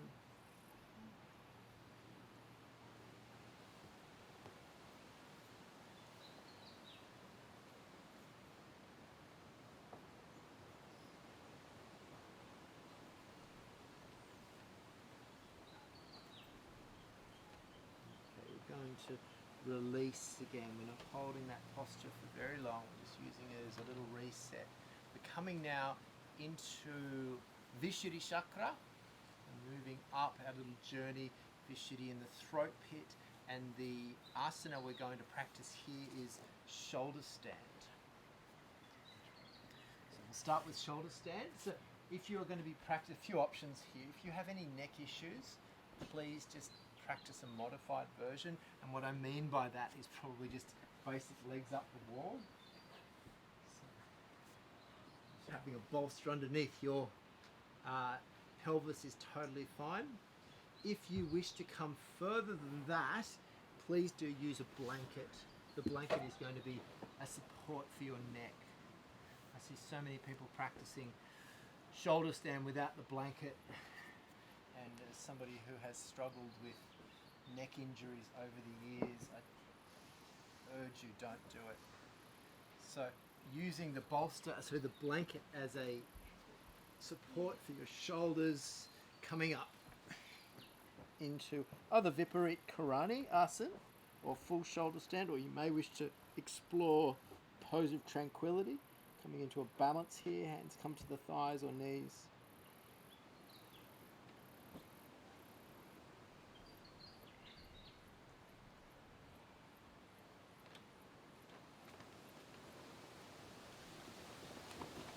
In this practice, we're bringing awareness into the throat pit.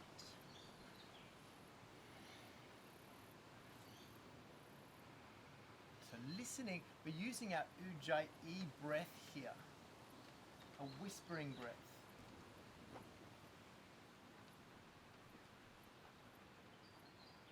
cultivating a subtle whisper within your inhale and particularly your exhale. You're gently constricting the epiglottis at the base of your throat, cultivating a subtle whisper. And it is said that within the sound of your exhalation, within the whisper of your exhalation, is contained the bija mantra hum. So awareness is within the throat pit, within the whisper of your exhalation. Can you hear it? The whisper of the mantra hum.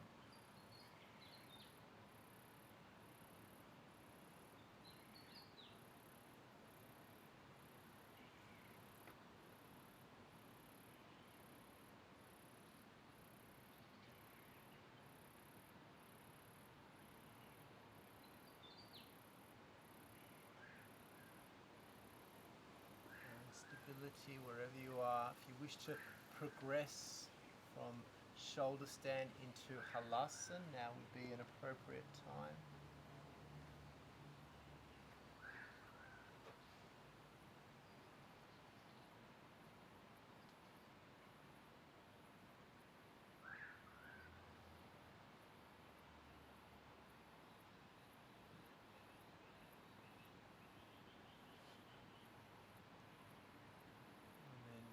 Gently, softly from wherever you are, prepare to release.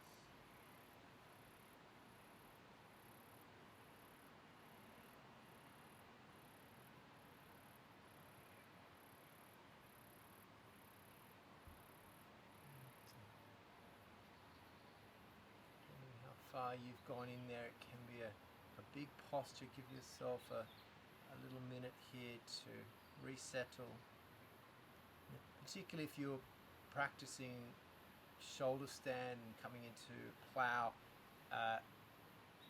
coming now into Matsyasana. Again, this is another practice for Vishuddhi chakra. It's also the customary counter pose for shoulder stand, so I'll demonstrate it with bringing the elbows to the floor, lifting the chest and then just dropping the head back. So the head doesn't actually even need to hit the floor. If you're comfortable through your neck, you can begin to bear a bit of weight there and lift the feet. If you know you're super comfortable, you can release the hands and the feet. But really, we're just looking for that counter pose, the full practice. We would bind the legs coming into Padmasana. Bearing a little bit of weight there, dropping the chin back. Again, awareness is within your throat pit. Finding a subtle whisper within the throat pit.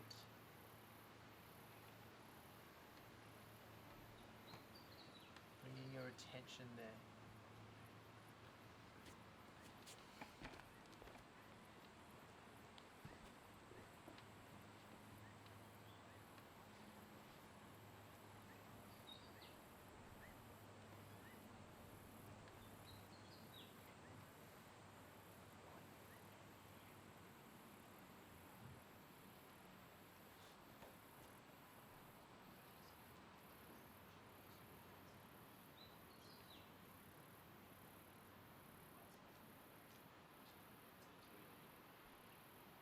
Looking for the sound of the mantra hum within that exhalation.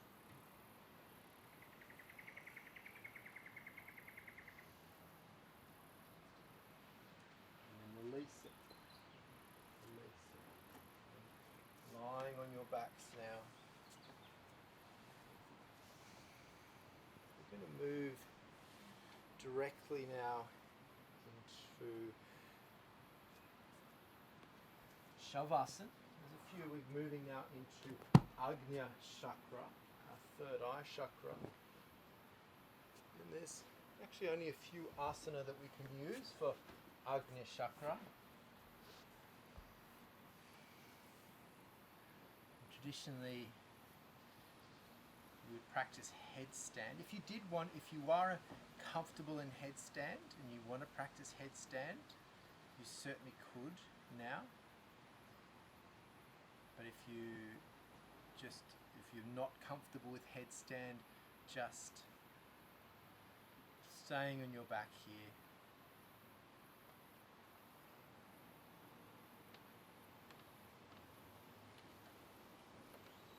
Find your breath.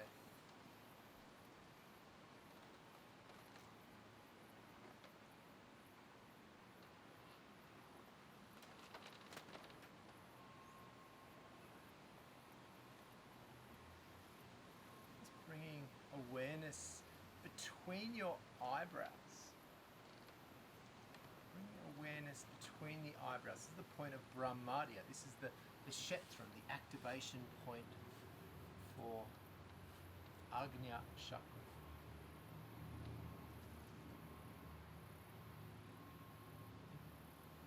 With the breath, inhaling directly back from that point between the eyebrows into the midbrain. Imagine there's a passage. We're inhaling directly back from the eyebrows into the midbrain.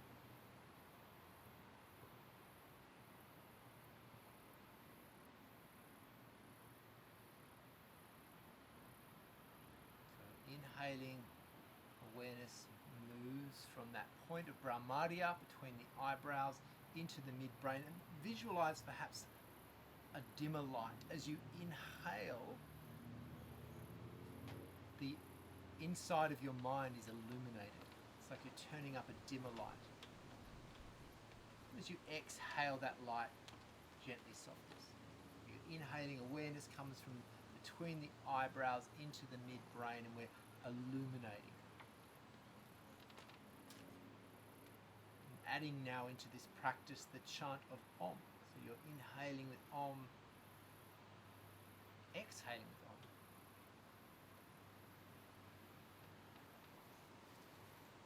Inhaling, awareness moves from the eyebrow center to the midbrain, illuminating with the mantra Om. Exhaling the mantra Om, just the light gently softens.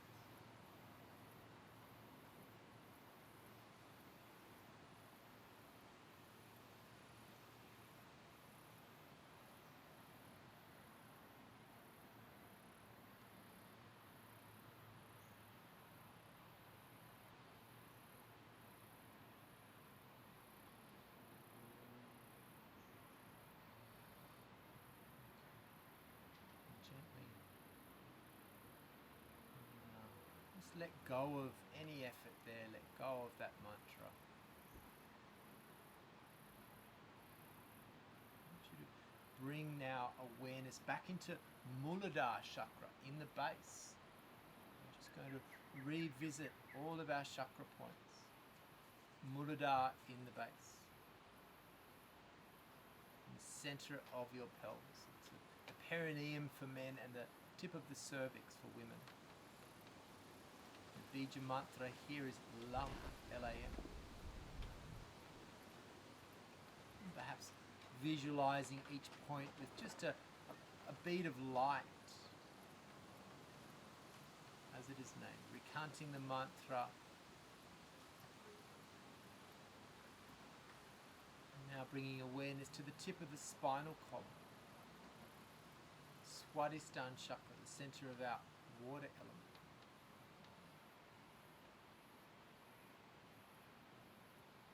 Mantra here is VAM, V-A-M. Again with an inhalation, a couple of rounds silently of the mantra VAM.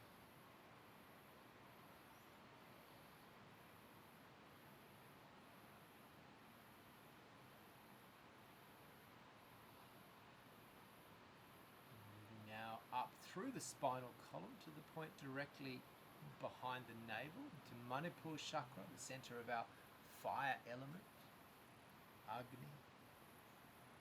Mantra here is Ram, R-A-M. Again, with an inhalation, visualize that fire being kindled, the light being illuminated, associated with the color red.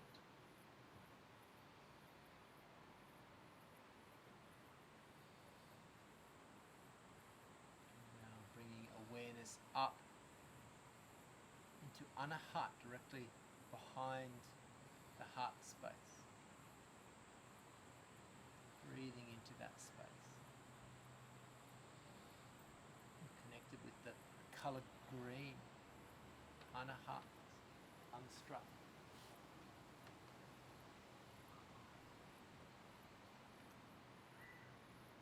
Moving now into the throat pit, into Vishuddhi chakra, the mantra hum. So you can listen for the sound of the whispering breath. The mantra hum. Hum is said to be contained within the whisper of your exhalation. The mantra for the inhalation is so. Together, so hum means I am that. Or hum so that I am.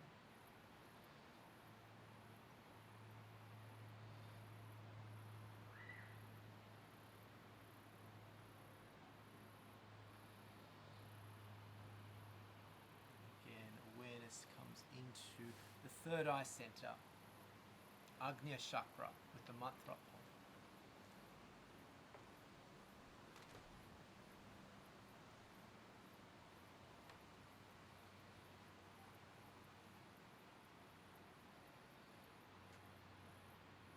Other important points to explore. One is the crown chakra, Sahasrara, which is in fact, it's not its own chakra. Well, it doesn't have its own bija mantra, but it is, when all of the other chakras are activated, Sahasrara, your crown chakra, will naturally open. 1,008 petaled lotus. So when the other chakras are balanced, purified, the Sushumna Nadi will open, Kundalini Shakti can flow, and Sahasrara will open, the crown of the head. And the other important point to consider is at the back of the skull, where the hair begins to grow. It's the point of Bindu Visarg. It's actually, again, not a chakra, but it is the point where your psyche is said to enter the body. And so the journey of Kundalini, Jivatman, your individual consciousness, it begins here in Bindu. It's said when you incarnate, which is said in the Tantric mythology, that the psyche, the individual consciousness, enters the body at about 10 weeks. And then it drops from that point in Bindu, enters that point. It's like your spiritual belly button. The psyche enters that point, and then it moves into Agnya, and then we have what's called the descent. So the individual consciousness descends from Agnya down into Vishuddhi, down into Anahat, becoming more and more dense, down into Manipur, down into Swadhisthana, and eventually stuck in the mud in Muladhara. The journey as a Kundalini yogi is to awaken the Kundalini that is stored there in Muladhara and raise it up. Again, opening the Sushumna Nadi, opening all the chakras. Sahasrara can open.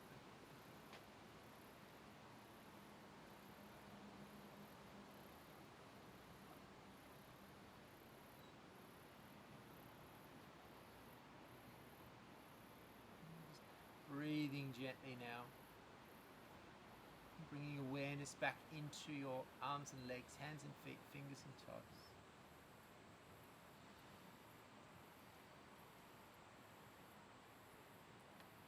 When you're ready, I'm going to invite you to come over onto one side. So rolling over onto one side.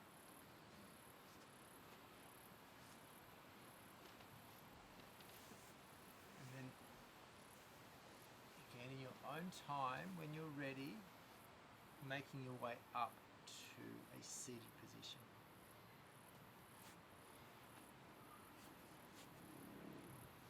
Keeping the eyes closed, gaze internalized, making your way into a seated position. If you have a blanket handy, I would suggest rolling a blanket. I'm going to invite you to sit in either easy cross-legged, or some of you may wish to come into Padmasana, full lotus pose. So whatever feels comfortable for you, it's either one or the other. So you're either in full lotus pose or you are sitting in easy cross-legged. And the reason for that, the next practice we're going to do involves coming forward. The other thing you can have potentially here is a bit of a rest for your head. You might want to have a block or a bolster, depending how far forward you're going to come. So we're going to do a Kriya practice now called Yoga Mudra. We're going to do a couple of different variations. Again, this practice, it's a practice for activating Agni. It's potentially quite a strong practice. We're using the hands here, and then we're placing the hands up into the diaphragm and then coming forward, and then staying in there for a minute. So if that's going to be uncomfortable, option is to just have the hands here, or you may wish to actually have the hands behind your back. So there's a couple of options there. Before we come into that, we're going to come into a practice of Bhastrika. So we'll use our hand mudra again, extend through the fingers. Awareness is in Manipur. As you exhale, squeeze. It's the breath of fire.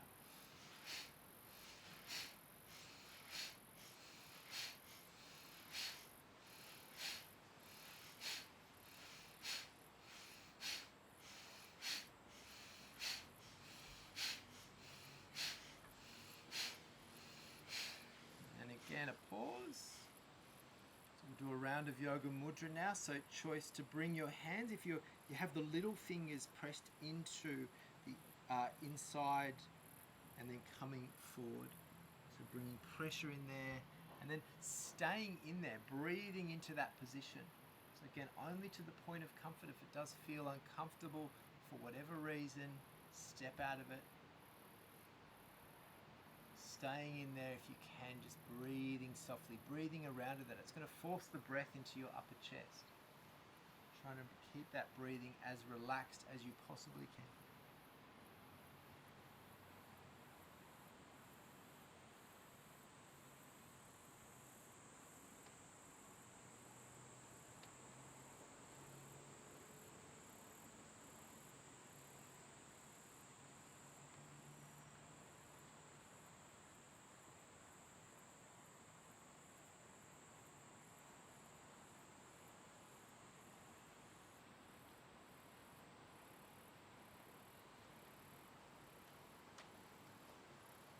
Gently pressing those hands in there, trying to maintain a soft breath, massaging up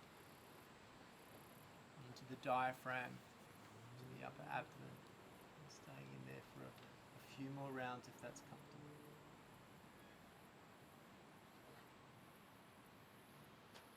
And then gently, softly relax, release in your own time coming up. And these practices can be a little bit challenging and uncomfortable. It's kind of the point. So just find your way with it here. It shouldn't be painful. We're going to do another round here. So another, let's do 15 breaths of Bhastrika.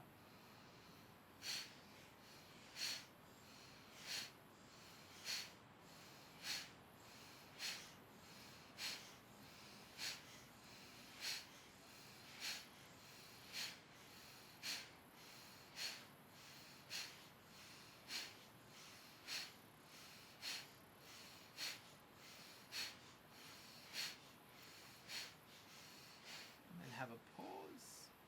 Let's bring our hands in. Again, finding your happy place with this. If you're going to keep the hands there, otherwise they could just rest on your thighs or have them behind your back. And then again, come forward.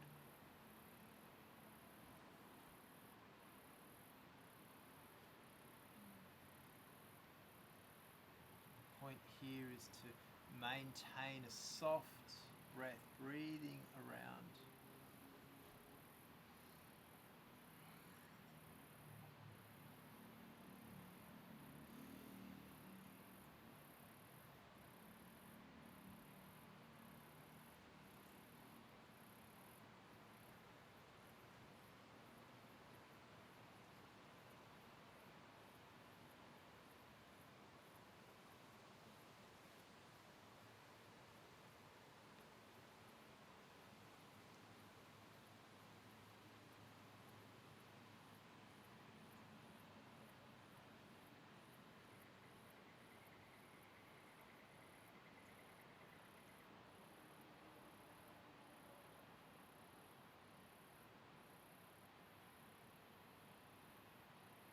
Staying in here for another half a minute if it's comfortable.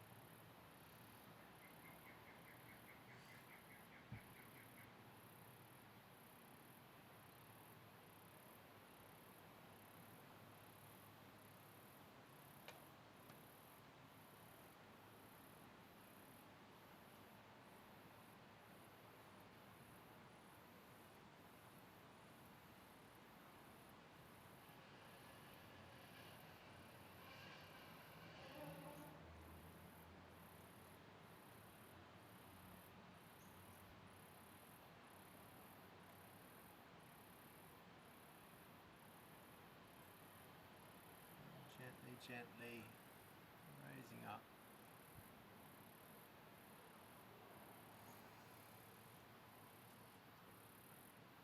Do another variation of yoga mudra now. This time without the hands. We're going to do another round of Bastrika. You could use your hands or just have them sitting on your knees is fine. We'll do 10 rounds of Bastrika here.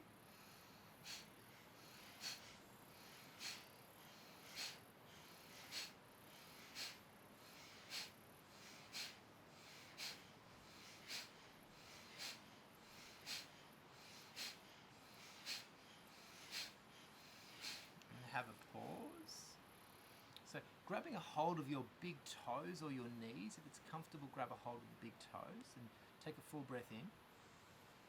We're going to exhale as we come forward, bringing awareness as you come forward right down into Muladhara chakra in your base, holding it here, holding the breath out for as long as is comfortable. And then inhaling, awareness is in Muladhara.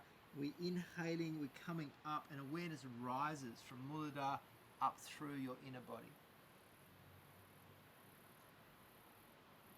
All the way to the crown of the head. And then we're exhaling again.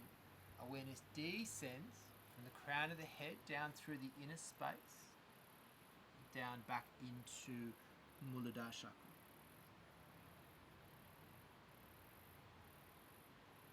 We're inhaling again. Awareness rises, moving with your own breath.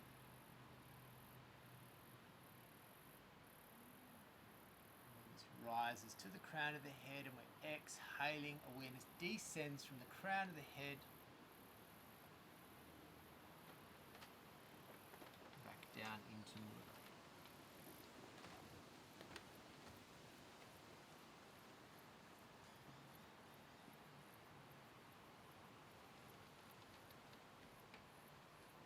With your own breath here, pausing as long as feels comfortable between the inhale and the exhale, and then the exhale and the inhale.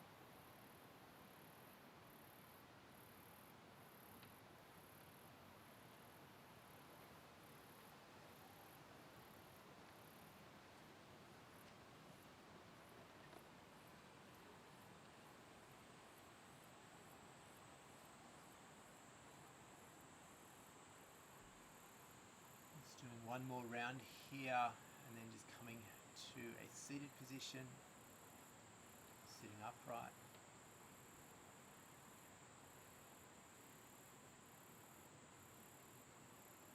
The final practice here is prana mudra.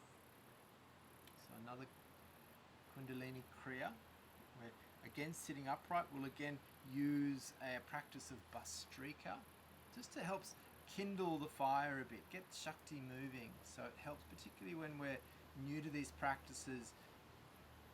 Activating prana is useful just so we can see it better. Essentially, I talk about shaking up the snow dome.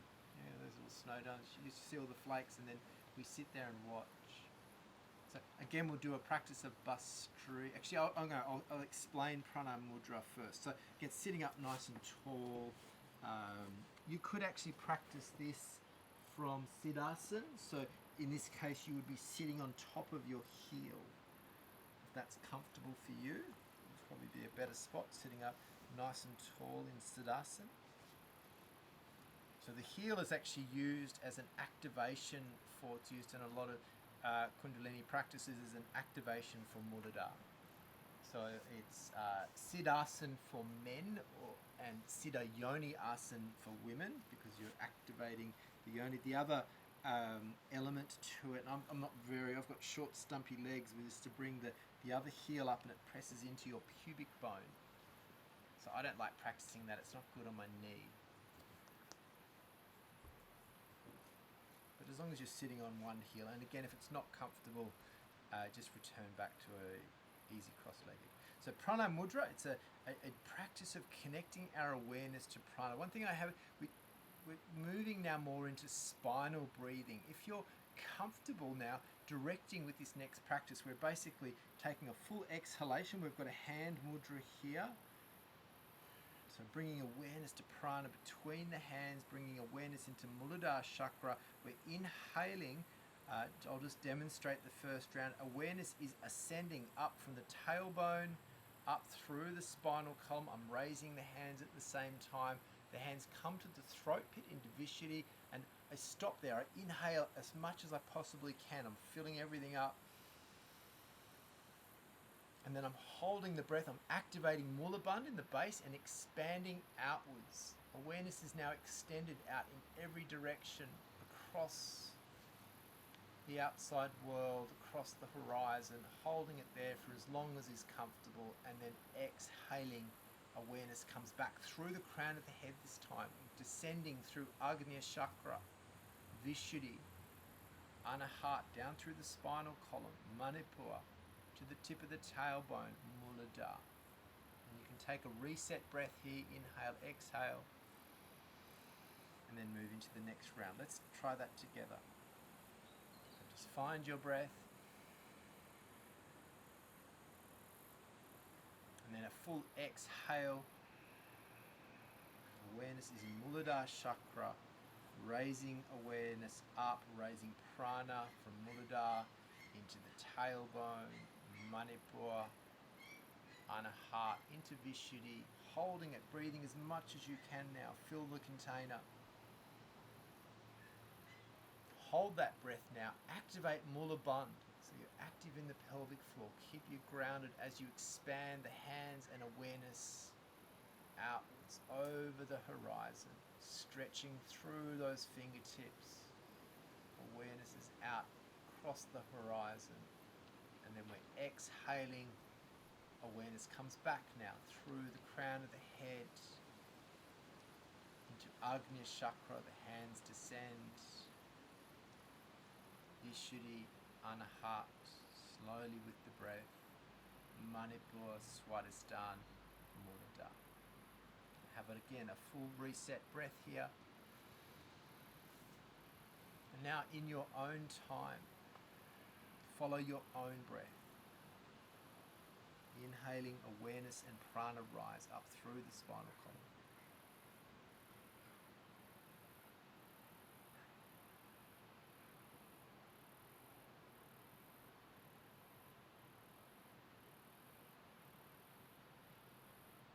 So expand the hands, Mulabandha.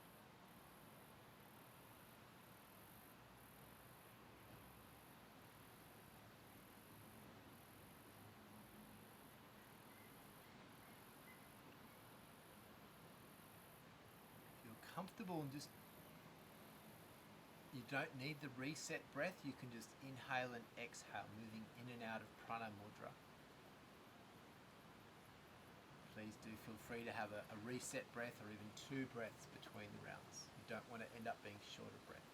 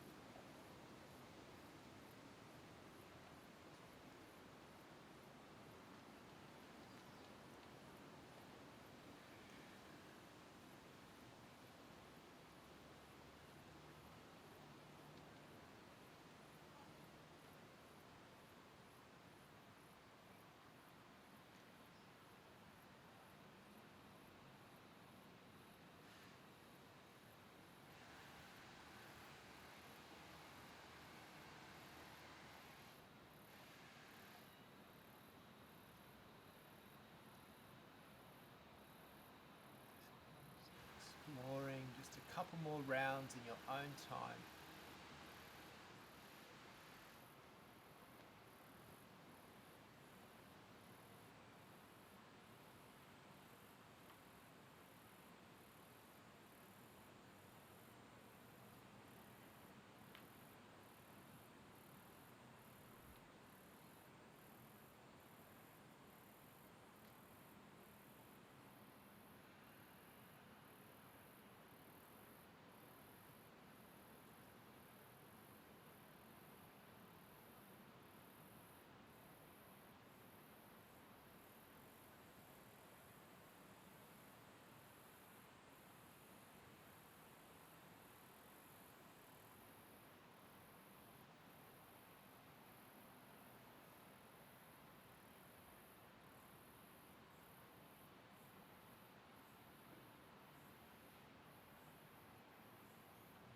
Finished your next round, just rest the hands, adopting Gyan mudra, or you may wish to use Yoni mudra, which I'll demonstrate now. The tip of the thumb and the forefinger touching, the next three fingers are interlaced. It's a gesture for contemplating the divine feminine, contemplating Shakti, experiencing Shakti.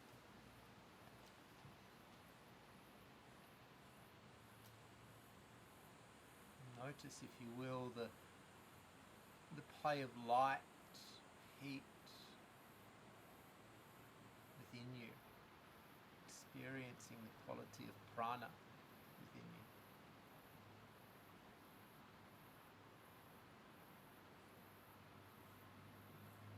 Notice perhaps the quality of prana Shakti that surrounds us. Sound, wind, heat, movement, life.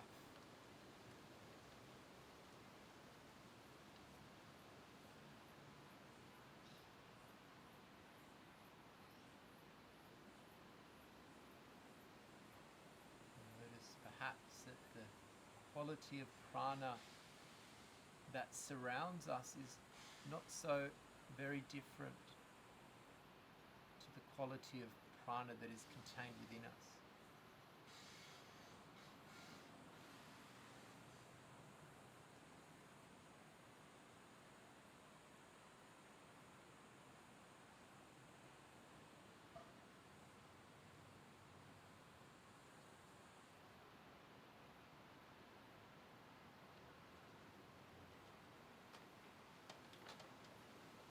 Experiencing yourself as a being of Shakti, a being of light.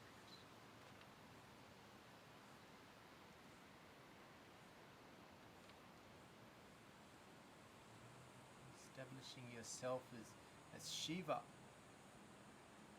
as the drashta, the witness of this.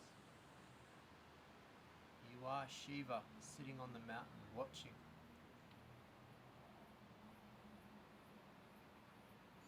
Watch, listen, experience life all around you.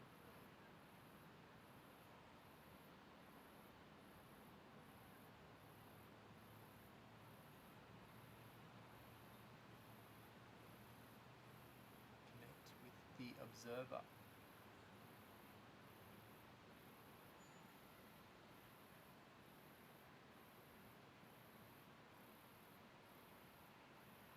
Hear the sounds.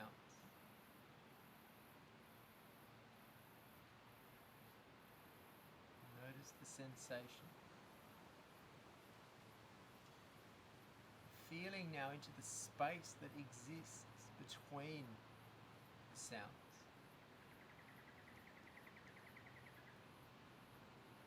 Notice the silence between the sounds.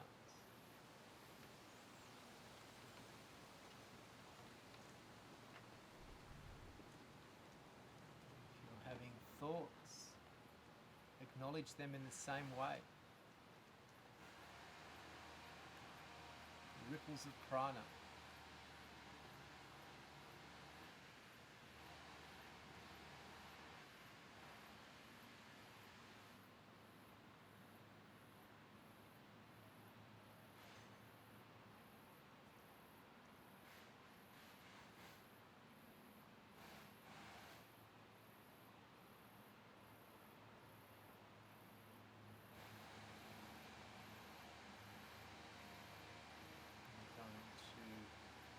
close our practice now with a chant of Om. Chanting the Om mantra 3 times. I want you to bring awareness again into Muladhara chakra.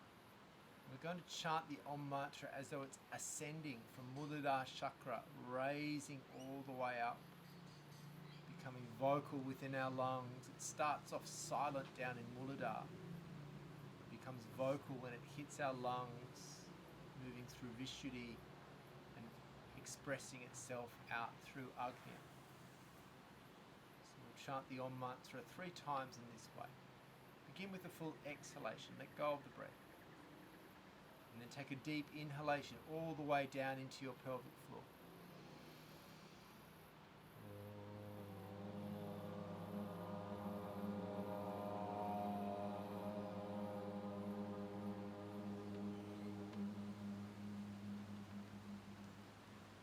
Inhaling deep into Muladhara.